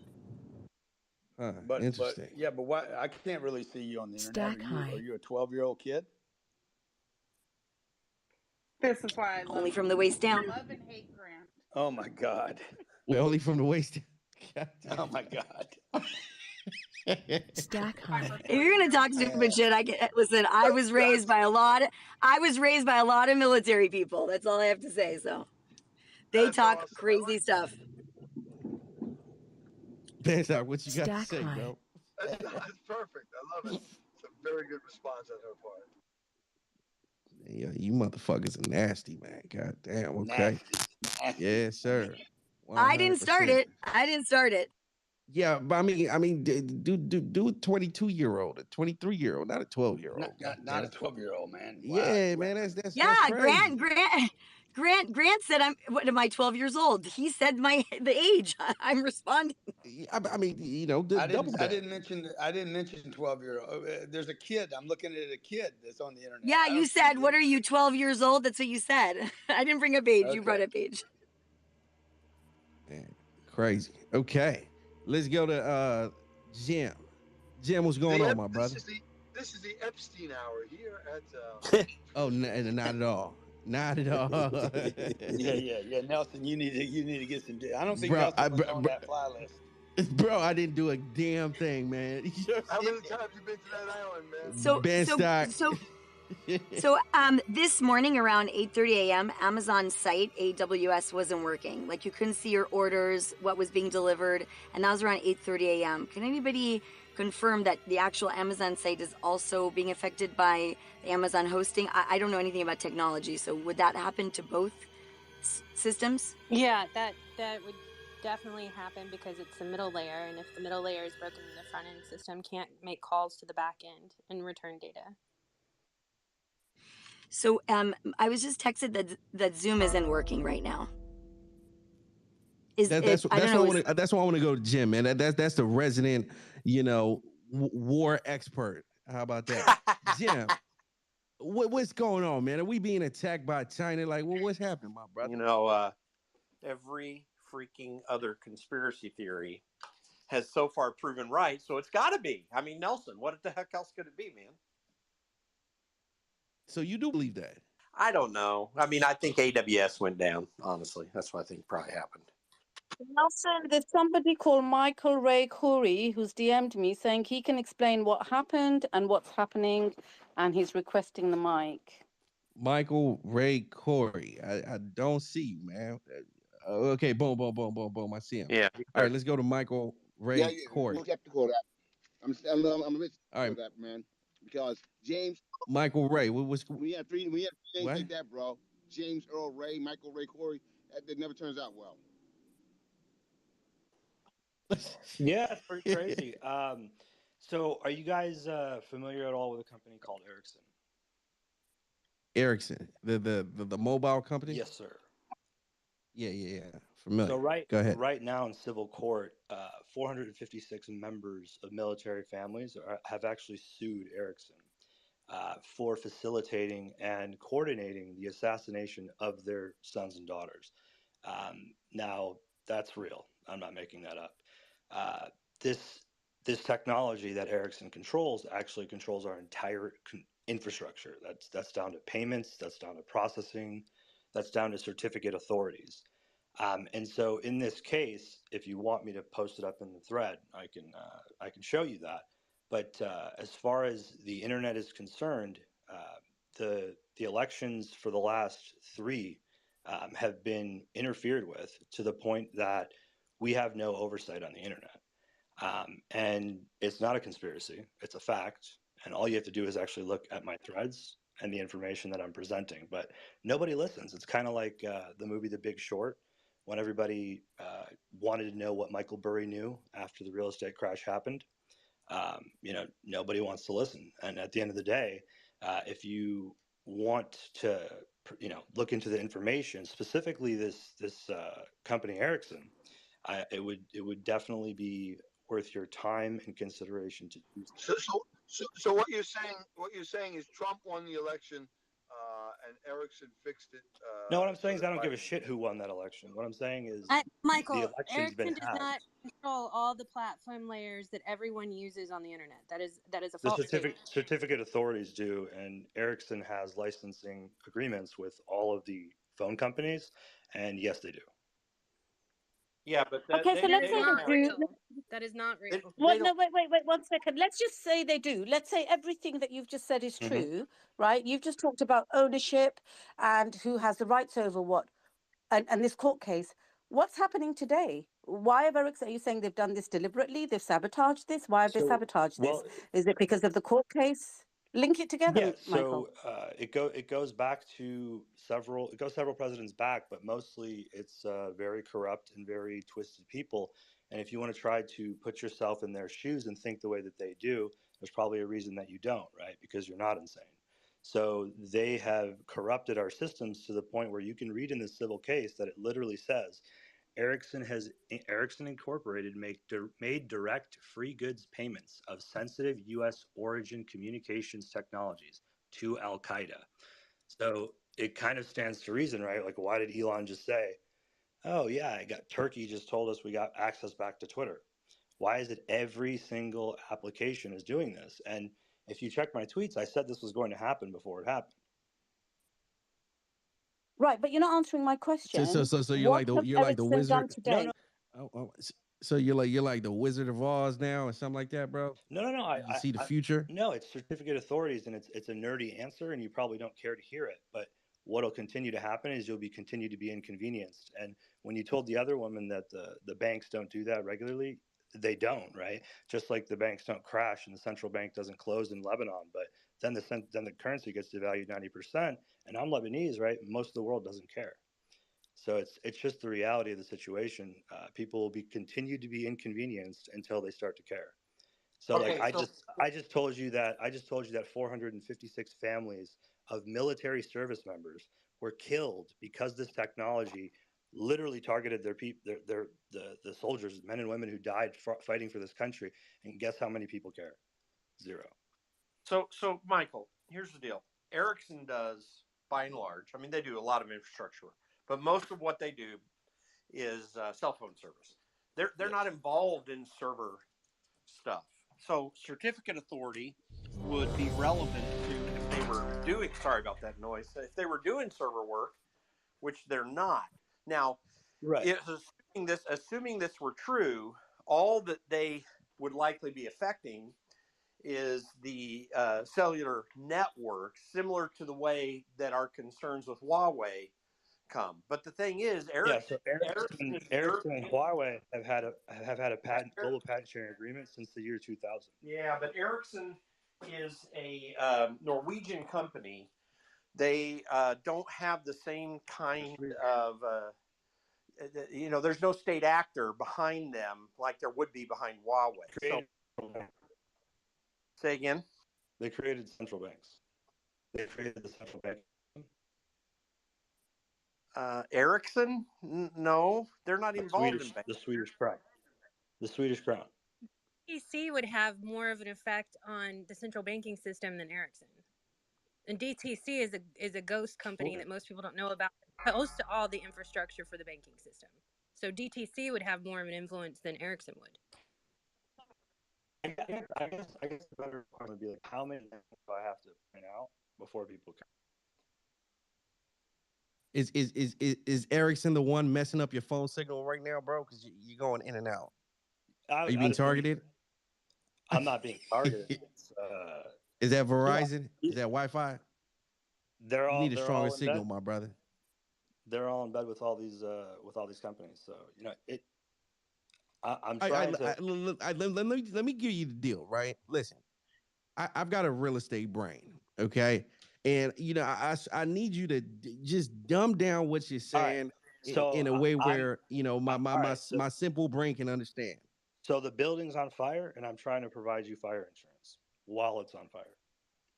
Trying to explain, hey, this is the problem, and if we can address it and bring it to the people that can make a difference and make it happen sooner, then we can probably avoid the catastrophic issues that will come. But if we just ignore it, then it'll just happen again. Listen. If you want to speak on stage, raise your hand. Don't just jump in like that, please. And if that's for everybody, just raise your hand. Thank you, Michael. Go ahead. So let's just start with the 400 plus family members, right? These people had to file a civil suit because the government would not address their problem. Because when you go to war, you sign agreements, non-disclosure specific agreements, that you'll never sue your employer. So just think about the fact that these family members are going up against one of the most powerful companies on the planet. And when I come out and tell you something as insane as I just told you, and if you'd like, I can post it in the nest so you can all read the court case for yourselves. But I just put myself in the shoes of all these family members, and I say to myself, well, I could sit here and complain about the fact that this isn't easy to explain, and I can sit here and complain and say to myself, this sucks ass. This is not fun to have to go around telling people this is a problem. But while they continue to be inconvenienced over it, and then I try to tell people, hey, this is the problem, we need to try to address it. It's difficult to address and explain something very technical at the level that you're wanting me to explain. So I'm trying my best. Michael, let me just say this. I if you want to talk technical, I know technical. Like I'm a networking expert. I mean, I'm a server expert. So Jim, when I DM'd you this like 2 months ago, and you ignored me, right? Do you remember that? I told you specifically call me. I gave you my number. Busted. You told me you had a new start. You told me you had a newstar.us email. Do you not? Say again. You have a newstar.us email. Do you not? No, I don't have newstar. You don't. Okay, so I can't pull up the screenshots. I'm not trying to hide from anything, man, dude. I get a lot of DMs. No, I'm just telling you. You're wanting to talk technical, but when I wanted to talk to you, you ignored me. Listen, dude. I don't ignore people. I'm kind of busy, okay. So whatever. I mean, thanks for DMing me. I'm glad to go back and look at it. I don't need. Listen, don't even try to punk me on something like that. Let me just tell you this. I'll punk you back. And I'm going to tell you that I'm busy like anyone else is. I get a lot of DMs. I'm involved with a lot of stuff. So fine, I'm glad to go look at your stuff. So no, I don't ignore people. I prioritize maybe, but I don't remember. And I might have gotten back with you about that. But dude, you don't got to punk me on that. That doesn't make you more authoritative. I'm not punking you. If you're authoritative, here's a question I got. What is functionally what happened to these 400 families? You make the assertion that they got killed because of Ericsson. You make the assertion they got killed because of Ericsson technology. How did that happen? Can I speak? Maybe you can let me speak.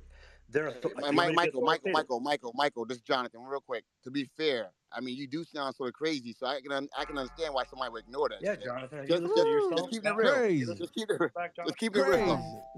Jonathan, don't you run that scheme like the first take scheme where you're always going on the crazy side just to make everybody entertained by your What the fuck? What the fuck are you What are talking you about, doing, bro? Michael? What is up with you? Now he's punking What the fuck are Jonathan. you doing? Yo, what the fuck? Yo, first of all, Michael, you're crazy as fuck, okay? You And I'm just gonna tell you called this me right here. crazy. One second. You just called me I told crazy. Nelson. I'm When I'm Nelson providing brought you you up with here, answers and you're when calling I me told, crazy. one second, bro, meet up. When Nelson brought you up here, I told you just by your fucking, and Nelson, I said that. I said, I don't think this is gonna end well, okay, with his fucking name. And this guy's crazy, he's bad shit crazy. So He's you good judged me content, but it's before crazy as hell. before I even got in the room, is what you're saying. No. Guess what? I read you right, is what I'm telling you. You read me right, even though I'm giving you the answers to the Hey, problem. Michael, let me just say something. Like Jonathan and I, don't agree on much of anything, but we're totally agreeing on this one. So that Oh, tells me you too. something, right? Me too. Like that Me means that too. we're rationally coming along together. Okay. All right, so I'm pretty frustrated, right? Because it sucks to have this information and try to explain it to people, and then nobody listens. Dude, you're talking But to somebody Michael, who. can I just say something? I asked for you to be brought up to the mic. You've just insulted the co-host. The subject. He insulted me as well. Oh, Can we? Yeah, Can we? so he did. But wait 1 second, First Michael. call Look was at to the say title. Wait. Look at the title of the space. So you said you know what's happening and why it's happening. I asked you a really straight question. What have And I gave you Ericsson the done answer. today? No, you didn't. You went back to this court case, and in fact, you spent 90% of your time talking about the court case, and you're frustrated because people aren't engaging with you and giving you empathy and attention on the court case.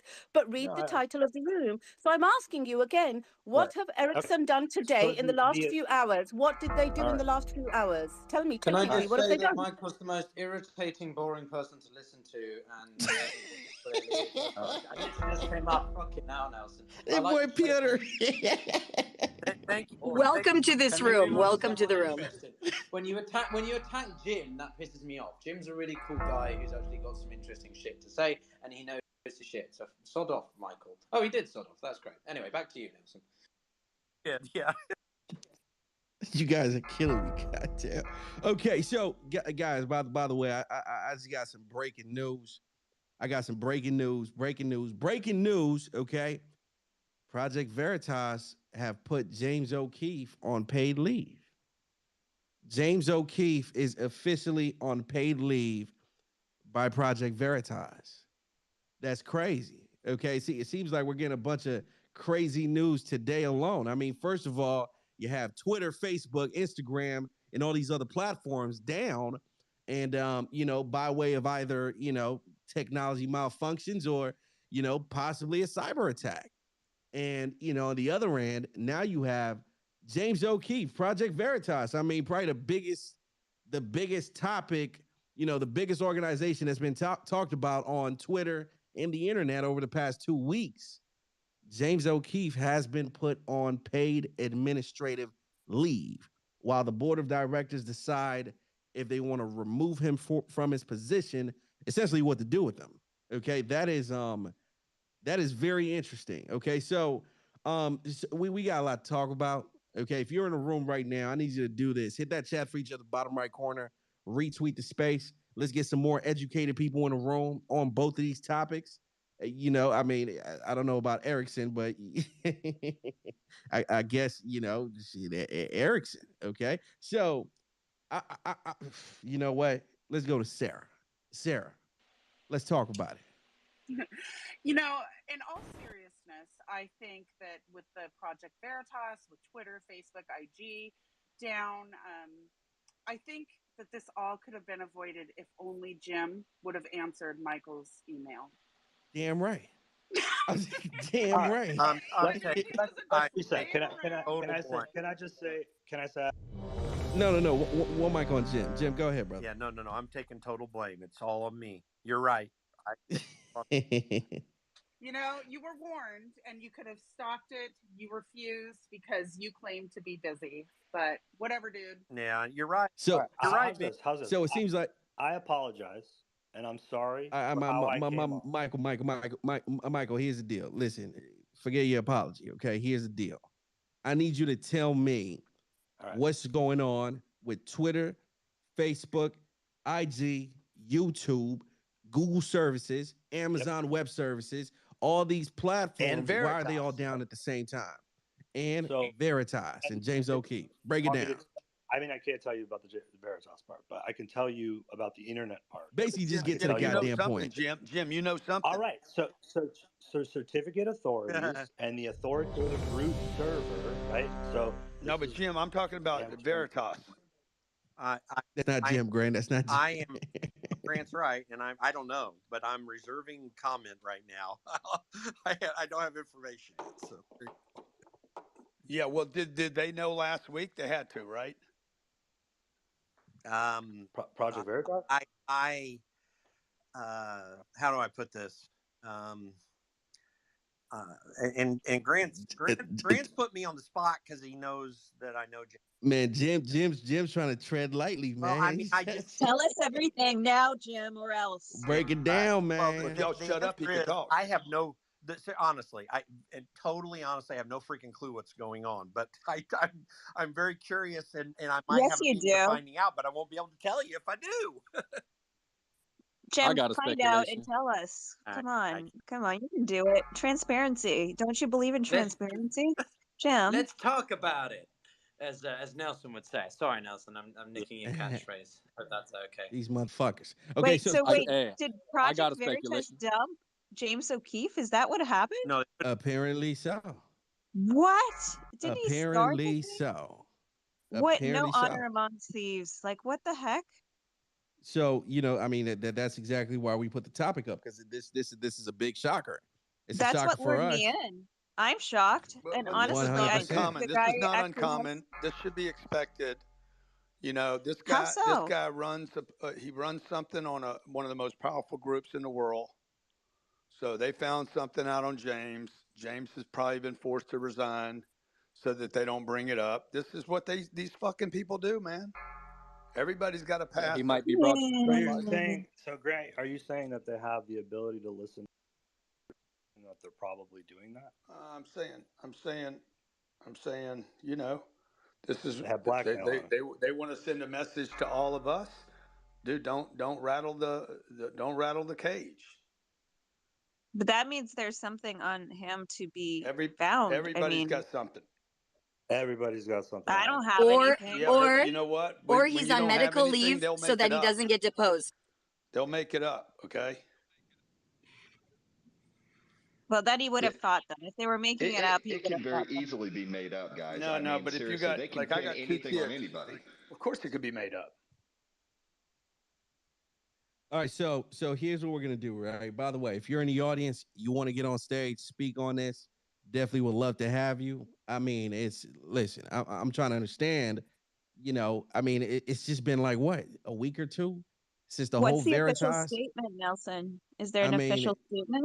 I don't believe there is. I just pinned a post to the top of the page, which I just tweeted out right now, and that comes from what's the name of this? I was raising money for James. I was raising money for James a week ago. If I had, this will hurt his fundraising. I mean, it'll, that's not good. Well, and I have to say, even though I push back a lot on Project Veritas, I wasn't like a fan of the methods. I have to say, like, I did respect that James O'Keefe, like, I listened to him, kind of have some oppositional voices when Eric Weinstein and Brett Weinstein kind of came up. And I respected that he was able to have the conversation, listen, not dismiss, kind of have that, that is respectful, something I did respect about him. So I think the problem is, where is he now? You can't run that kind of project and then hide. Well, such a weird thing. Jim, it's kind of a double-edged sword, isn't it, Jim?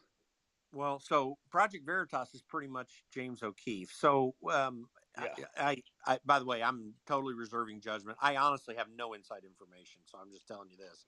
But I do count James a friend. I've known him for some years.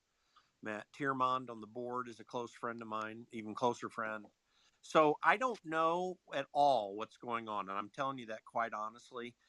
I'm very. You're naming him as friends and not giving us any information. I mean, you gotta call your boy, man. You gotta make sure your boy is good, man. I can have. Get him in here, Jim. No, hey, folks. You know what I'm telling you. I think this is It ain't this my is a ploy to get. Oh, go ahead, Tom. Sorry. Yeah, I think this is a ploy to get more money. I'll be honest with you, to get donations. They just broke those major stories, okay, and now they did fundraising off the back of it. All right, so now he's now saying it's paid leave. Okay, is what he's saying. That way they can justify it when they get audited later on or whatever. Paid leave. They're investigating something, and then they're going to spin it and make it seem as if someone came after him, and they're going to use it for more fundraising, and then he's going to come back a hero. Okay, and he's going to fundraise off that some more. I'm sorry, that's just what I think is going to happen. Hey, Jonathan, I love you, man, and I totally get why you might think that, but I am insider enough to know that kind of crap don't happen. But listen, it's odd, it's strange. I have no information at all, but I'm gonna be trying to find out. I don't know that I'll be able to say anything with whatever I find out, but here's what I can say: Project Veritas has been an organization that has run on the up and up for a long time. And I've seen it like firsthand and not secondhand, very, very much firsthand. And I would never betray any confidence that might come my way on this. So, just sorry, guys, because if I do find out and it's still done in confidence, I ain't saying nothing. I'm concerned and I care for James because I think he does a fantastic job. Project Veritas and what they do really is James O'Keefe. Like, he really did create the methodology for getting the things done that he does. I think they do a fantastic job in everything that I've seen. And I think that they've been credible. I mean, you can agree or disagree with them, and I get that. And Catherine, I think, honestly tries to, check out what the good and the bad of it is. And I think the criticisms are always useful because I think criticism is the way by which we figure out how to do things better. It doesn't matter if it's James or me. It doesn't matter if it's Grant or Nelson in the business they do. Criticism is always good. It helps us keep ourselves honest, and perfection is something we have to constantly strive for. It's not something we attain. We're human beings. It just doesn't happen that way. Danger. Anyway, I don't know. I'm concerned. I care for James. I have a great deal of respect for him and for that organization. And then I'll find out like the rest of us. Yeah, Jeff, Jim. Yes. What I would say is this: James O'Keefe handpicked that board. Okay, he handpicked that board. That means that board is full of Jim O'Keefe loyalists. All right. So once again, and Project Veritas isn't some major corporation. Okay, they do edited, okay, and disingenuous videos at best. And you're saying to me that this is not a ploy for they just got finished doing a major round of fundraising off of quote unquote some break-in videos and things of that nature. And all of a sudden, this pops up. It's not like he went out to the hotel and got caught on video or whatever, like Michael Irvin did or whatever. Okay. This is planned. This is all about fundraising. This is all about saying that someone. You got it wrong, bro. You're way off. No, I'm not way off, Grant. You don't want to hear this shit. You don't do that. You don't do that in the middle of a fundraising. Okay, you don't. No. James is Project Veritas, just like Jim said. And in the middle of fundraising, you don't disrupt it. Also, in the last calls that you and I were both on with him, he talked about whistleblowers coming out. Like he made a bunch of promises that were going to happen. You don't go blow yourself up in order to raise more money. That's just completely. He's not blowing himself up. He's gonna be like I said. He's gonna come back vindicated. Okay, and they're gonna fundraise off that. No. Grant, I get it, man. You're not naive. Okay, let me ask you, Grant. Let me ask you this question. If what I'm saying is it not possible? That's what I want to ask. Would you like to make a small wager right now that that's not the deal? I don't know what the deal is. And for anything. I mean, I don't think it's the deal. I don't think it's because they're stronger with him. Ma'am, 1 second. Grant, I'm not gonna wager anything on Project Veritas because they're not credible. Okay, they're not. They've been discredited many times. So that's well, all. So why did you know it. donate And to an everyone in here knows it. organization that you believe it has been discredited many times? So what changed there? What's that? changed here? Because didn't you just donate a decent chunk of money to this, Danger, this danger. organization that you're now Yeah, saying? one second. Yes, I did, and I did that because they're going out. First of all, anyone that, like I said, broken clock is right twice a day. Anyone that's going out doing citizen journalism, that doesn't mean that they're not going to stumble upon a good story. Okay, if they're truly out there doing citizen journalism, you're right. I did donate a chunk of change, and I'll do it again, and I'll donate to others. But right now, the stories that they've been putting out have not been ones that I found to be credible. Well, some there have been some credibility in some, but there have been stories that have been discredited. So That's all I'm saying. Jonathan, there are no stories that Project Veritas has ever done that have been actually discredited. They have been opposed. People disagreed. They have accusations against them that they cut video too strongly. Listen, that's all bullcrap. I'm just going to tell you, I'm not the insider with them, but I have been acquainted with the board members, and I know James. And I'm telling you that is not a yes man board. And I have seen, danger. and I've been involved directly or indirectly with nonprofit organizations for many years. I've consulted nonprofit organizations as part of my business when I've been doing my consulting.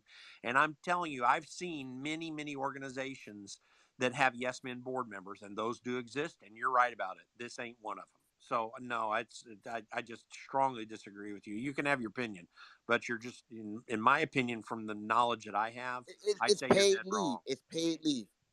It's paid leave. Can I? Yeah, I'll just say in terms of the paid leave, so this is just a 2 week. The what is being reported on that it's 2 weeks.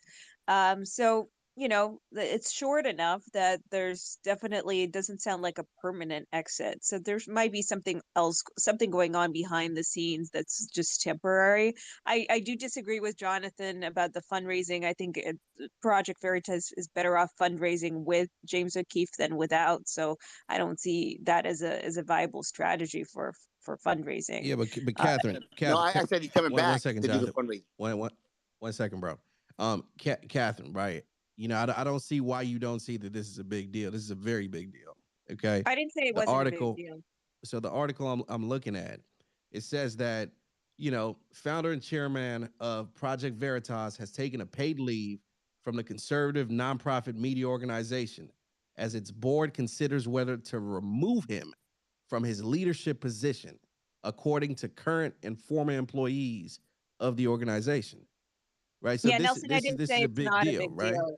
I didn't say it's not a big deal. I said it's not necessarily permanent. I'm saying that it's 2 weeks, so it doesn't mean it's like permanent. So he can be coming back. I don't know what's going on though, specifically that is causing this, but it's not. They're not committed. Wait, 1 second, guys. Let's do the hands. Let's do the hands. Let's not do that rowdy shit. Okay. So Truman, you want to speak? I heard Nick though, so let me go to Nick. Nick, jump in.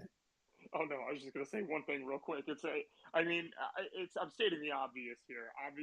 There is something more going on here. Nobody just takes a 2 week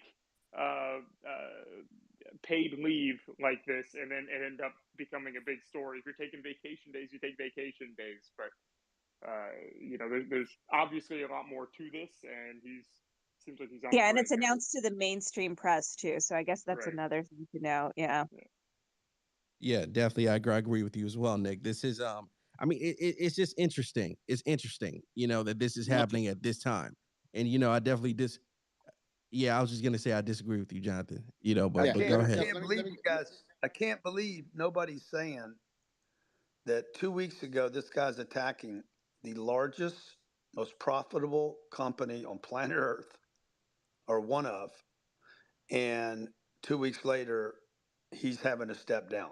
I can't believe y'all don't connect those two things. So Grant, let me just say this, Grant. Let me just say this. First and foremost, when they put you on leave, they don't say, "Oh, it's a 2 week leave." Okay, they put you on leave, and while they do the investigation. All right, and they don't call it a 2 week paid leave. That's first and foremost. Secondly, all right, the board and everyone else. Remember, he founded this company. Everyone knows that he attacked whatever. So they're not going to sit there and like, oh no, James, this has come back. It looks mighty suspicious. No, they're not going to do that. All right. Like I said, either he really truly effed up, okay, and which Yeah. I doubt. Well, I think. And wait, one but second. but but And Jonathan, I think there's it's a also fundraising ploy. stories. And there's also stories of a wild group doing pretty out of the box journalism that were, when they weren't working, they were having a lot of fun. I think there's a lot of that's public data. And he's a young dude, man. Jim, what is he, 30 years old? I think he's like 35. 34? Yeah. Of course. So, I mean, I know what I was doing when I was 35. So, then you go knock on Pfizer's door, and easy to get something on a guy at 35. Yeah, but I here's mean, the thing. Jim, They're not when Jim was main. 35, he probably didn't have much going on. But James had something going on. I had something going on. I was married with two boys, so I was a good boy. Hey, Grant, let me just say this, Grant. Listen to me. Once again, the culture of that organization, guess what? That wouldn't hurt him. Okay? Extramarital affairs, whatever. Gay lover, that wouldn't hurt him. The culture of that organization would not hurt him. That's all I'm trying to say. What truly would hurt him? Embezzlement? What? That wouldn't hurt him either because they would cover it up. What could truly hurt? Look at the culture of that Yeah, organization. That organization. I don't agree with that. None of that's Okay. going to help him. So you saying that culture of that organization? If he had an extramarital I asked affair, him about the finances, dude. It takes a lot of money. I asked him over and over. They raise about $20 million a year. It takes a lot of money to fund all that bullshit they're doing. Half the time it doesn't pay off. He stumbled into the biggest story. I think that he would say it's the biggest story of his career. He got the biggest story of his career, and then 2 weeks later, the boards put him on leave.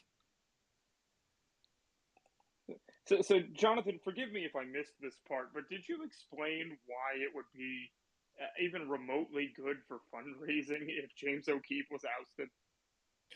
absolutely. I didn't say he was ousted, folks. First of all, you got to realize something. We have a very short attention span. Okay, he raised money off of the Verse video. That they got a lot of money off that. They were happy. Then it came back and they hit it like a week later with the second video because it all dried up. What I'm saying to you right now is, he portrayed himself as, someone that's going out there fighting for the average person, and now he's been a victim. He's gonna portray himself as a victim of that. That's why it's a 2-week leave, okay? And when he comes back, okay, he's gonna fundraise off the fact that they tried to get him and they were unable to get him, and that's gonna raise his stature even more. And I'm sorry that you guys don't understand that play, but that is certainly a valid play to be had here by unscrupulous person and unscrupulous organization. So based on that, you're saying the Tate brothers are in jail in Romania to boost their social media following. The Tate brothers are actually in prison. See, Grant, you can't see, and that's what you guys. There you go, the bunny trail, and you know the wonderful part of what you did, because I could feel the energy of the room, and all the minds start shifting. Like, yeah, he's right, Grant's right. Based on that shit, Jonathan, because people are gullible in this room. Okay, I'm sorry, you got a gullible audience here, and they probably believe that shit. But listen to me. All I'm saying is, goofy what, man. What I'm saying is, when he comes back, okay, trust me, when he comes back, guys, I said it in this room.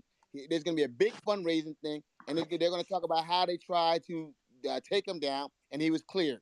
Okay, and that he's gonna continue the good fight, and he's gonna continue to put the information out there, and he's not going to let the mainstream media or big pharma or anyone stop him from doing it. That's what's going to happen. All you guys are gonna be in the spaces room. They had 11,000 some people in their room. All you guys are gonna be in there. He's gonna regale you guys with a great story of how he beat back all this and how he's still controlling the company. And you guys are gonna start fundraising like, yeah, he fights for us. That's all it is. I don't want to hijack the space here, but I do want to say one more thing on this. 5, 4, he's going to say that he 3, fought back against who? 2, his own organization, 1. and then fundraise into the organization based on that? What am I missing? No, that doesn't see. And once again, that doesn't make any sense, because his organization, quote unquote, took the precaution. You're right, it because doesn't of make sense. Because of the outside allegations. Don't try to make sense of it. Guys, we're talking about outside allegations. We're not talking about inside allegations. We're talking about outside allegations. You know what? You guys are right. Can I jump in here? I got some additional information to add. Nelson, is that okay, or should I put my hand up? Please jump in. Okay. All right. So I read in one of the articles that may add some color What to you're this saying as to why. can't be any dumber than what Jonathan just said. So go.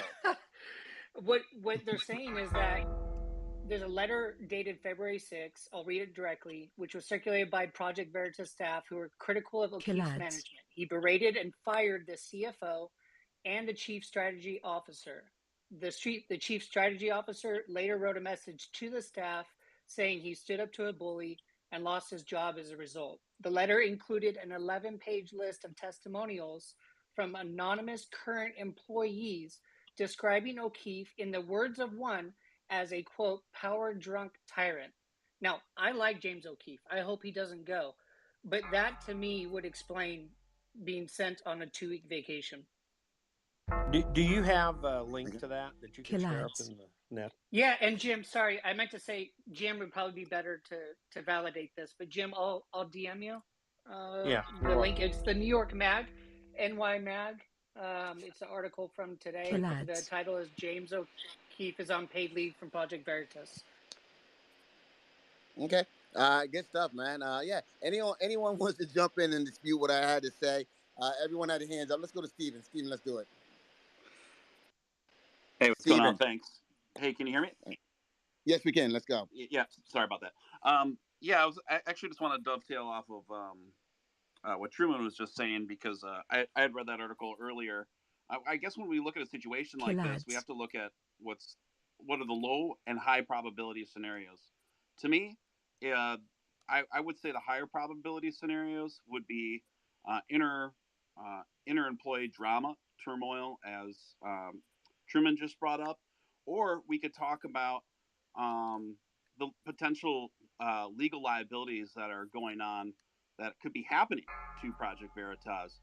Perhaps Pfizer has mounted a huge counterstrike in a legal matter, which Project Veritas's core investors sought to, as a strategy, to temporarily put a little distance between themselves and their spokesman. So to me, those would be the higher probability scenarios. What's going on? Lower probability scenarios would, I don't know. I don't even want to. I can't even find logical lower probability scenarios that I can think of right now. But those seem to be the highest ones. For all we know, there's also like I don't know. He could even have a sexual harassment kind of situation going on within the employee ranks. I'm not saying that's the case by any means, but what I'm saying is 2 weeks paid leave isn't uncommon in situations like that. But again, I would say that the highest probability scenarios are legal liability stuff and intermanagement turmoil. But of course, I think they are going to make good fundraising efforts regardless of what those things are, as any organization would. Honestly, they would capitalize on it. You know what, Stephen? I'm not going to disagree with you about the legal. I mean, if something like that happened in my organization, of course, we're going to have to show that we did something, that we took action. Because, yeah, absolutely. I'm not going to push back on that legal. That makes a lot of sense. Sexual harassment or something like just harassment from the bully. That's harassment. That's a harassing work environment. Doesn't have to be sexual. So, I mean, if they're trying to insulate themselves and say that they took action for that, then that's a probability. Like I said, I'm just putting everything out there. But yeah, I agree with that. That's very sensible. Michael, you had your hand up for a while. Michael, you want to jump in there? Yeah, I want to try to give you a hypothetical, because I know you guys did spaces with Stella Assange. I think Graham maybe was there. So you think about someone like Julian Assange. I guess give me your opinion on him, Jonathan, because I'd rather than try to tell you guys what my opinion is, I'd rather ask questions, and maybe we can get to the same thought process and maybe see things on the same page. So I guess, what are your thoughts on Julian Assange and WikiLeaks? My thoughts on him? He's incarcerated. He's incarcerated, right? But what do you think of his work? Once again, yeah, let's just put it this way. I think that Julian Assange, everyone has to be held accountable. He did something, and maybe it may have been admirable. But here's the thing: if you want to be admirable and you want to be, you want to be a martyr or whatever, And when the consequences come, you have to deal with them. I mean, that's just happened. I actually, insane as that sounds, I agree with that, because he knew the stakes of what he was doing, but he also understands where he is. But the same thing that I'm trying to bring people's attention to is the same thing Assange brought people's attention to in his blog back in 2006. Again in 2012, when he wrote a manifesto indicating that the internet was going into the hands of a bunch of very crooked, savage individuals who do not care for what the average person's opinion is. And so, if you check power, you're going to get checked if you have the assets and the leverage and the ability to be checked. So if you have levers that can be pulled, those levers will be pulled. And it doesn't matter who you are, and it doesn't matter how powerful you think you are. If you're going to try to check the federal government of the United States of America, you will get checked and probably put into checkmate. So it's not fun to do these kinds of things, but if we don't stand tall and try to bring attention to this problem, it will persist. And it will continue to affect the lives of people that we don't. Maybe they're not here right now. Maybe they're a half a world away. But I can tell you that it truly does matter that we care for those people, and that if we have the ability to stop this madness, we put a stop to it. Agree, Michael. Let's go to agree, Michael. Love that. Let's go to Patrick. Hey, thanks for letting me talk on this. As far as what Jonathan I've been trying to Grant. follow you all day, by the way, Patrick, but I can't because of Twitter. Okay, hopefully Elon will sort out the bugs soon enough. But as far as what Jonathan Grant and Truman said, each of those things could be possible. I will say, from my experience and looking at these types of situations, especially with regards to institutions, a very common way to oust the leadership is to create a sort of brigade within the organization, disgruntled employees. Of course, the sexual harassment thing has been used many times for that. And then you can, once you do that, once you undermine their credibility in a public way, then it becomes easier to sort of, quote, execute them publicly. And so you're dealing with high-level political stakes with Project Veritas. And in terms of the stepping on toes scenario, which Grant said before with Pfizer, that's certainly possible. But you have to remember, Pfizer has total legal liability shield for pretty much everything that's happened in the last 3 years. In many ways, they're untouchable. But the one thing that Project Veritas has covered, and if you work in journalism, and I have limited experience in this, but I've worked long enough and on enough stories and talked to enough more experienced journalists than myself to know that the most consequential stories are the ones that don't get broken. In other words, the stuff that's in the desk. In Project Veritas, James O'Keefe had a dawn raid on his home. The federal agency seized his communication devices, had all his donor information on it, and I believe that was connected with the Ashley Biden diaries. So while they didn't break the story, he has knowledge of it and the details of whatever is in there, whether it's real or not, or whether it's consequential or not. It'd be prudent to look at this incident in the context of an election cycle, which is coming up. This is high stakes politics.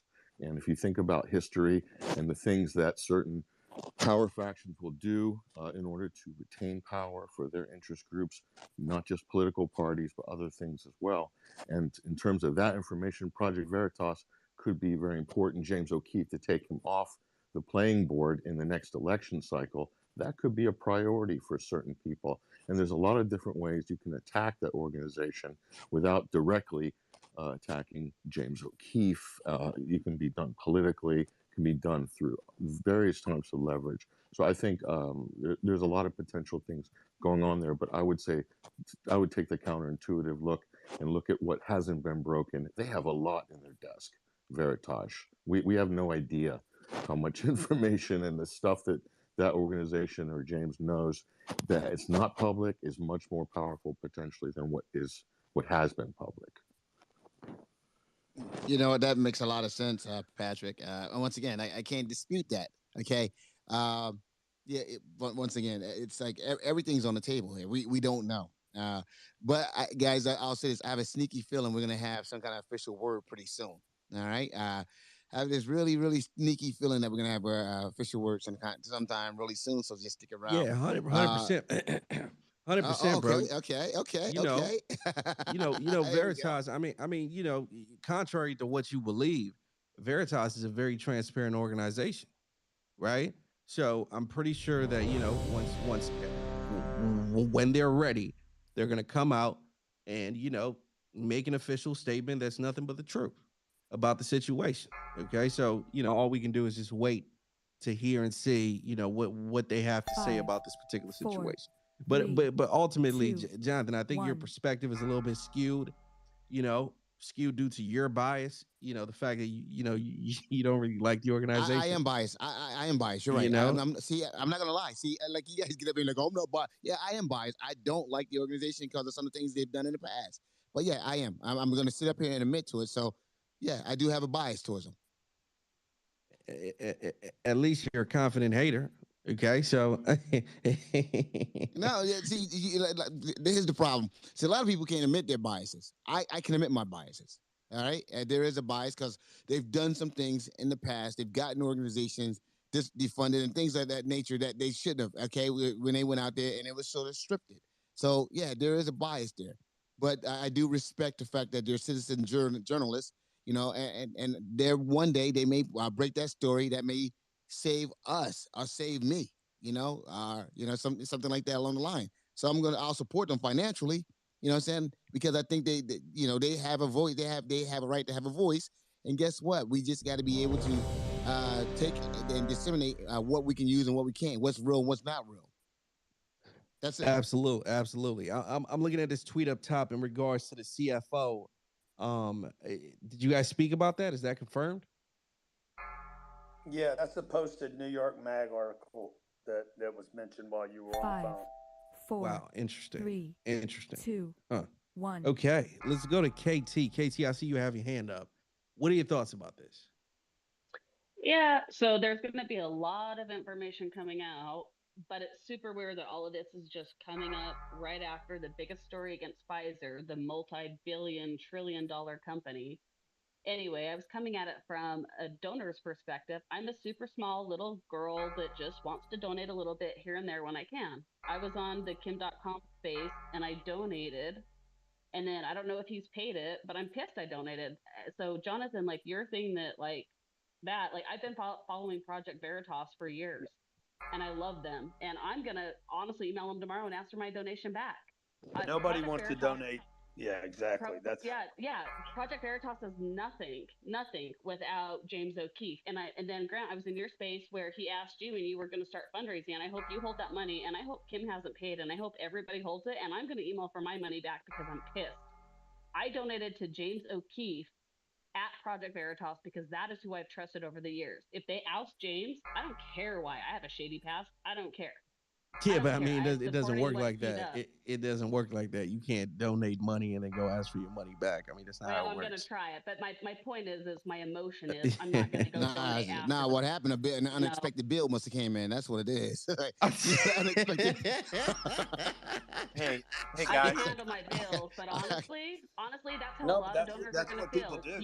You gave money to something, and honestly, like you guys all make a lot of money. I'm okay. I pay my bills. I have a little on the side. And I choose who I want to donate to. It means something to me, So honestly, I'm pissed. The person I donated to is now gone, and yeah, I'm probably not going to get my money back. But it's the sentiment and it's the emails I'm going to send. Hey, guys, look, can I address?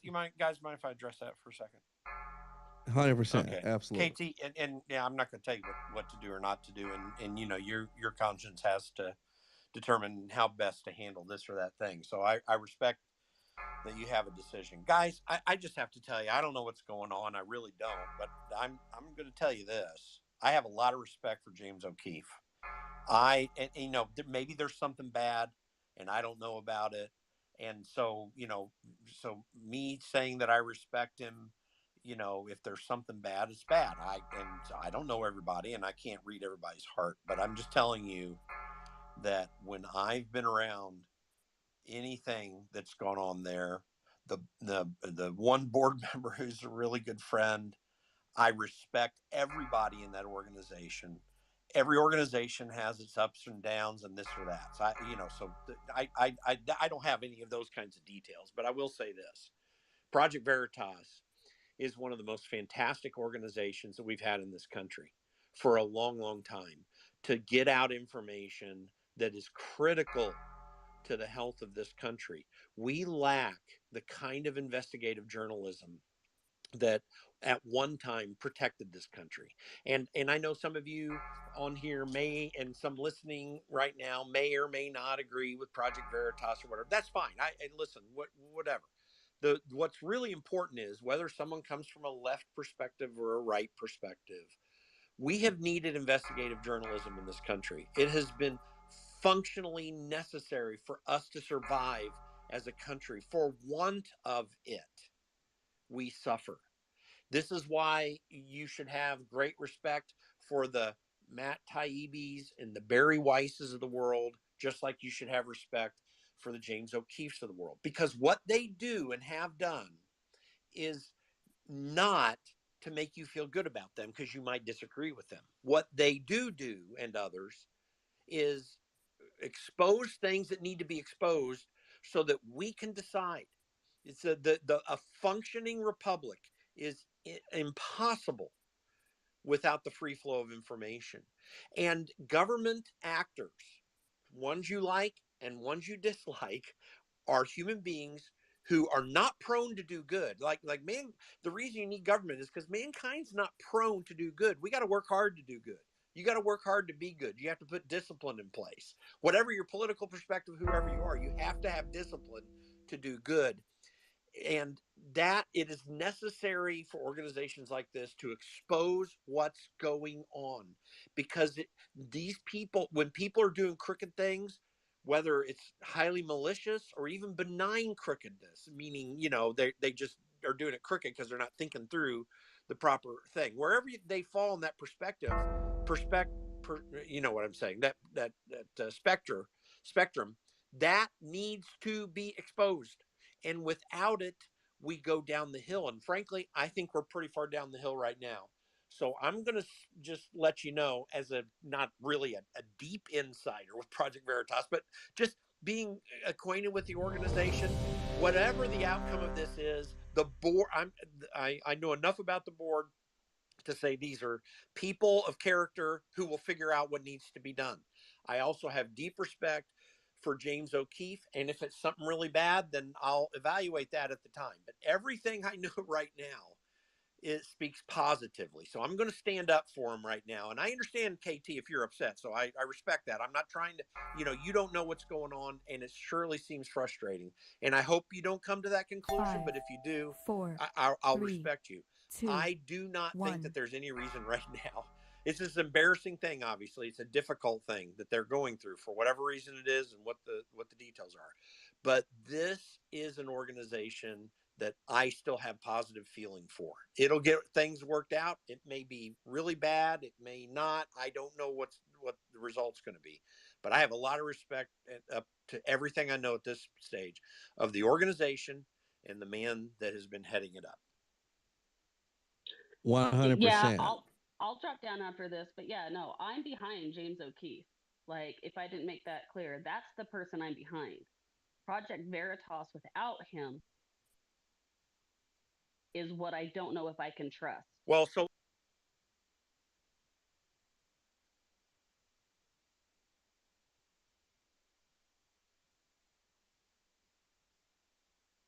I know board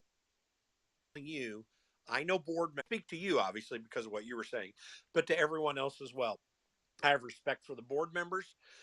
One of them is a very good friend of mine. And I have great respect for James, who I'm not a close friend of, but we've maintained regular contact for years. So I'm just saying I'm positive. I hope and pray the outcome is good. But I just want to tell you, at least, if you can trust me, and you're not, don't have to, but if you trust me, just trust me. The board members that I've been acquainted with, and the one that I'm a really good friend of, I have a deep well of respect for, and I do not give that lightly. I just hope Pfizer didn't come in, threaten a bunch of stuff. The board gave in, gets rid of him, and then we're stuck with what? Somebody who's not going to stand up. That's where my fear comes from. So. Yeah, no, definitely understand. GC. Yeah. Go ahead. No, I mean, Jim, you read that New York Magazine thing. Yeah, well, you guys were talking, and I went ahead and skimmed, got through it. Yes.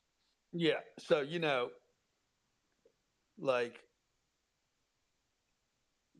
James was coming off a pretty big win right there. Yeah. And he is 35. And he, I think I asked him that night, man, you sure are cocky. That cocky can get you. Yeah, it can. He's a young man. Well, again, I have opinions on what I read. I'm just saying, you don't have to defend him. I'm just saying it is what it is. And by the way, that piece doesn't happen out of nowhere in that magazine. Yeah. No, but just like Patrick said, those things can be made to happen internally. Because just like he was saying, there was whistleblowers coming out of Pfizer screaming about it, right? Threatening, hey, there's more to come. Whistleblowers coming out of here and coming out of there. And, Pfizer's probably sitting there saying, oh, really? Watch these whistleblowers. And Grant, you can make anonymous affidavits from employees that can be arranged in different ways, and then later it comes out in the wash that they weren't actual complaints against James, or they weren't correct, or they weren't truthful. This is all internal politics that can be engineered in order to discredit an executive or the leader.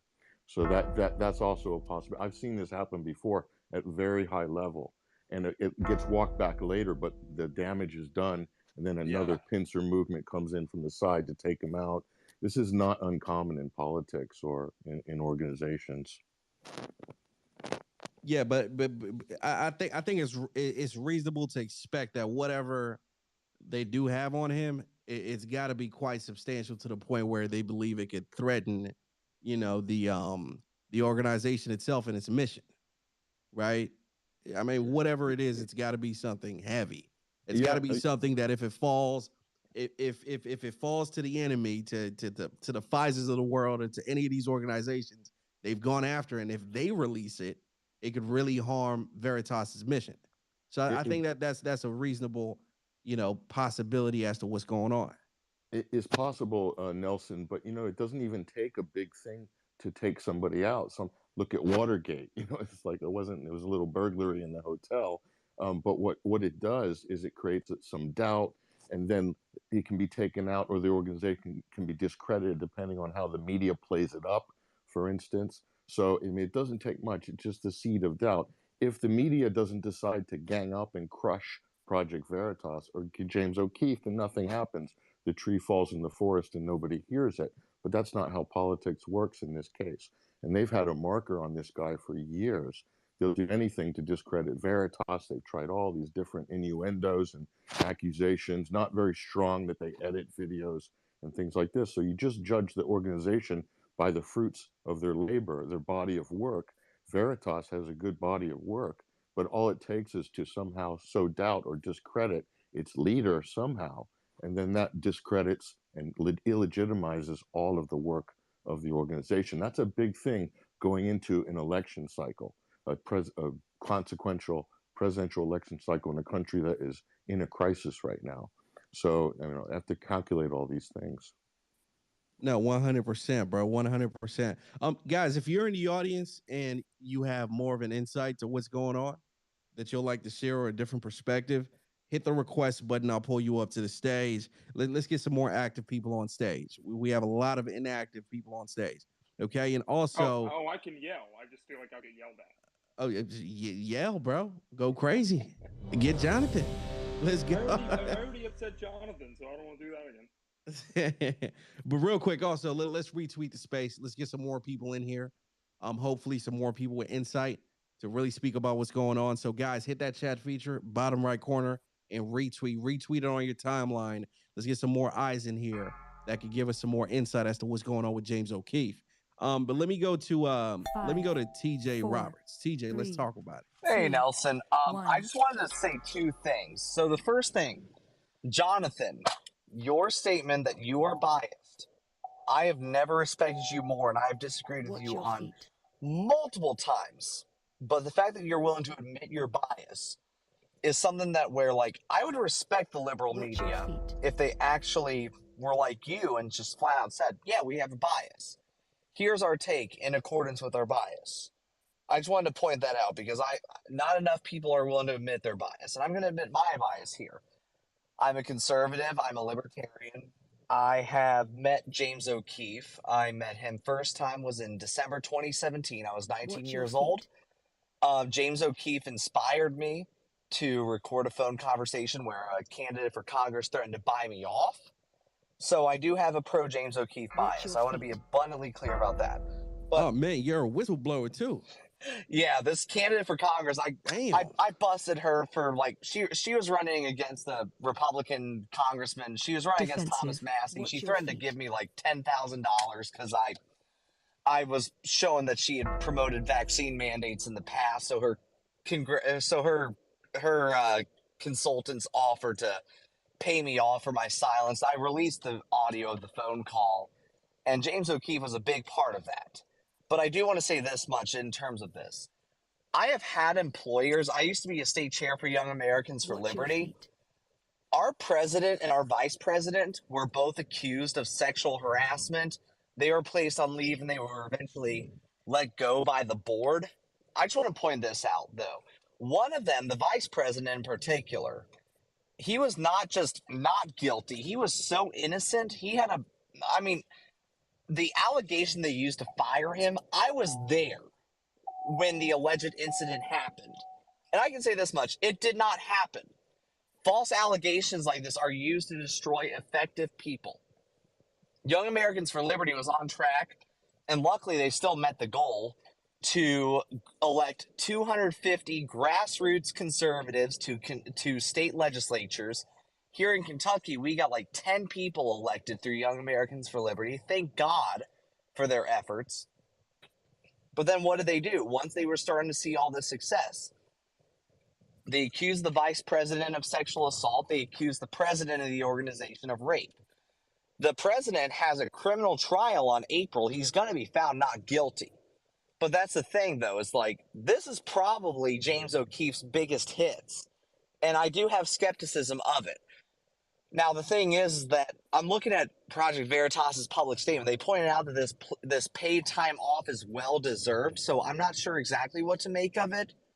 But I do think that, like, that's the thing that we have to be considerate of. Our founding fathers made it so damn hard to convict people of crimes for a reason. We did that because ultimately we didn't think that people should have their lives ruined or stripped away because they were accused of something, simply put.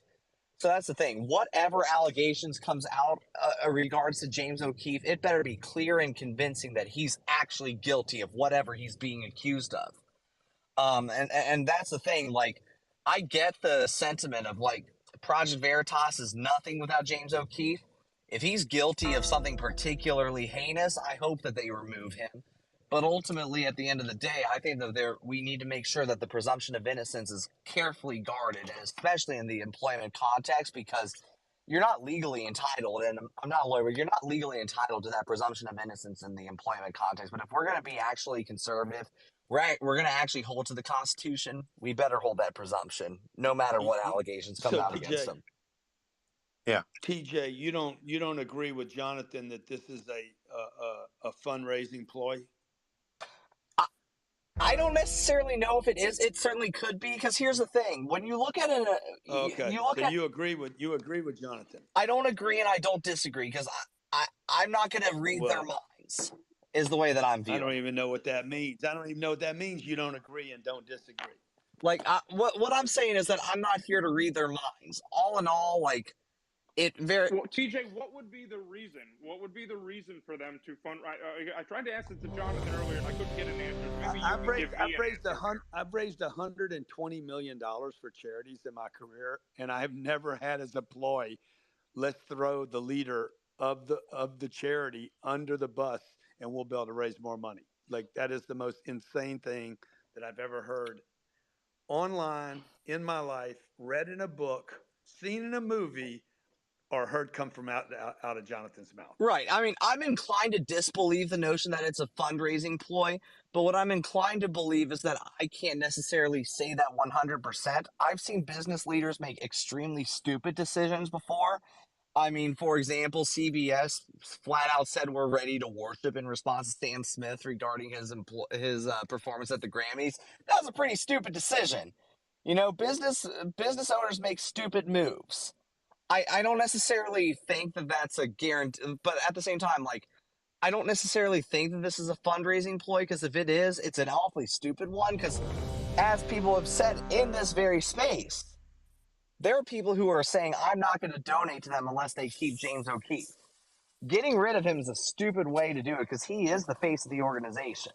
It doesn't make much sense that it be that, but at the same time, you've also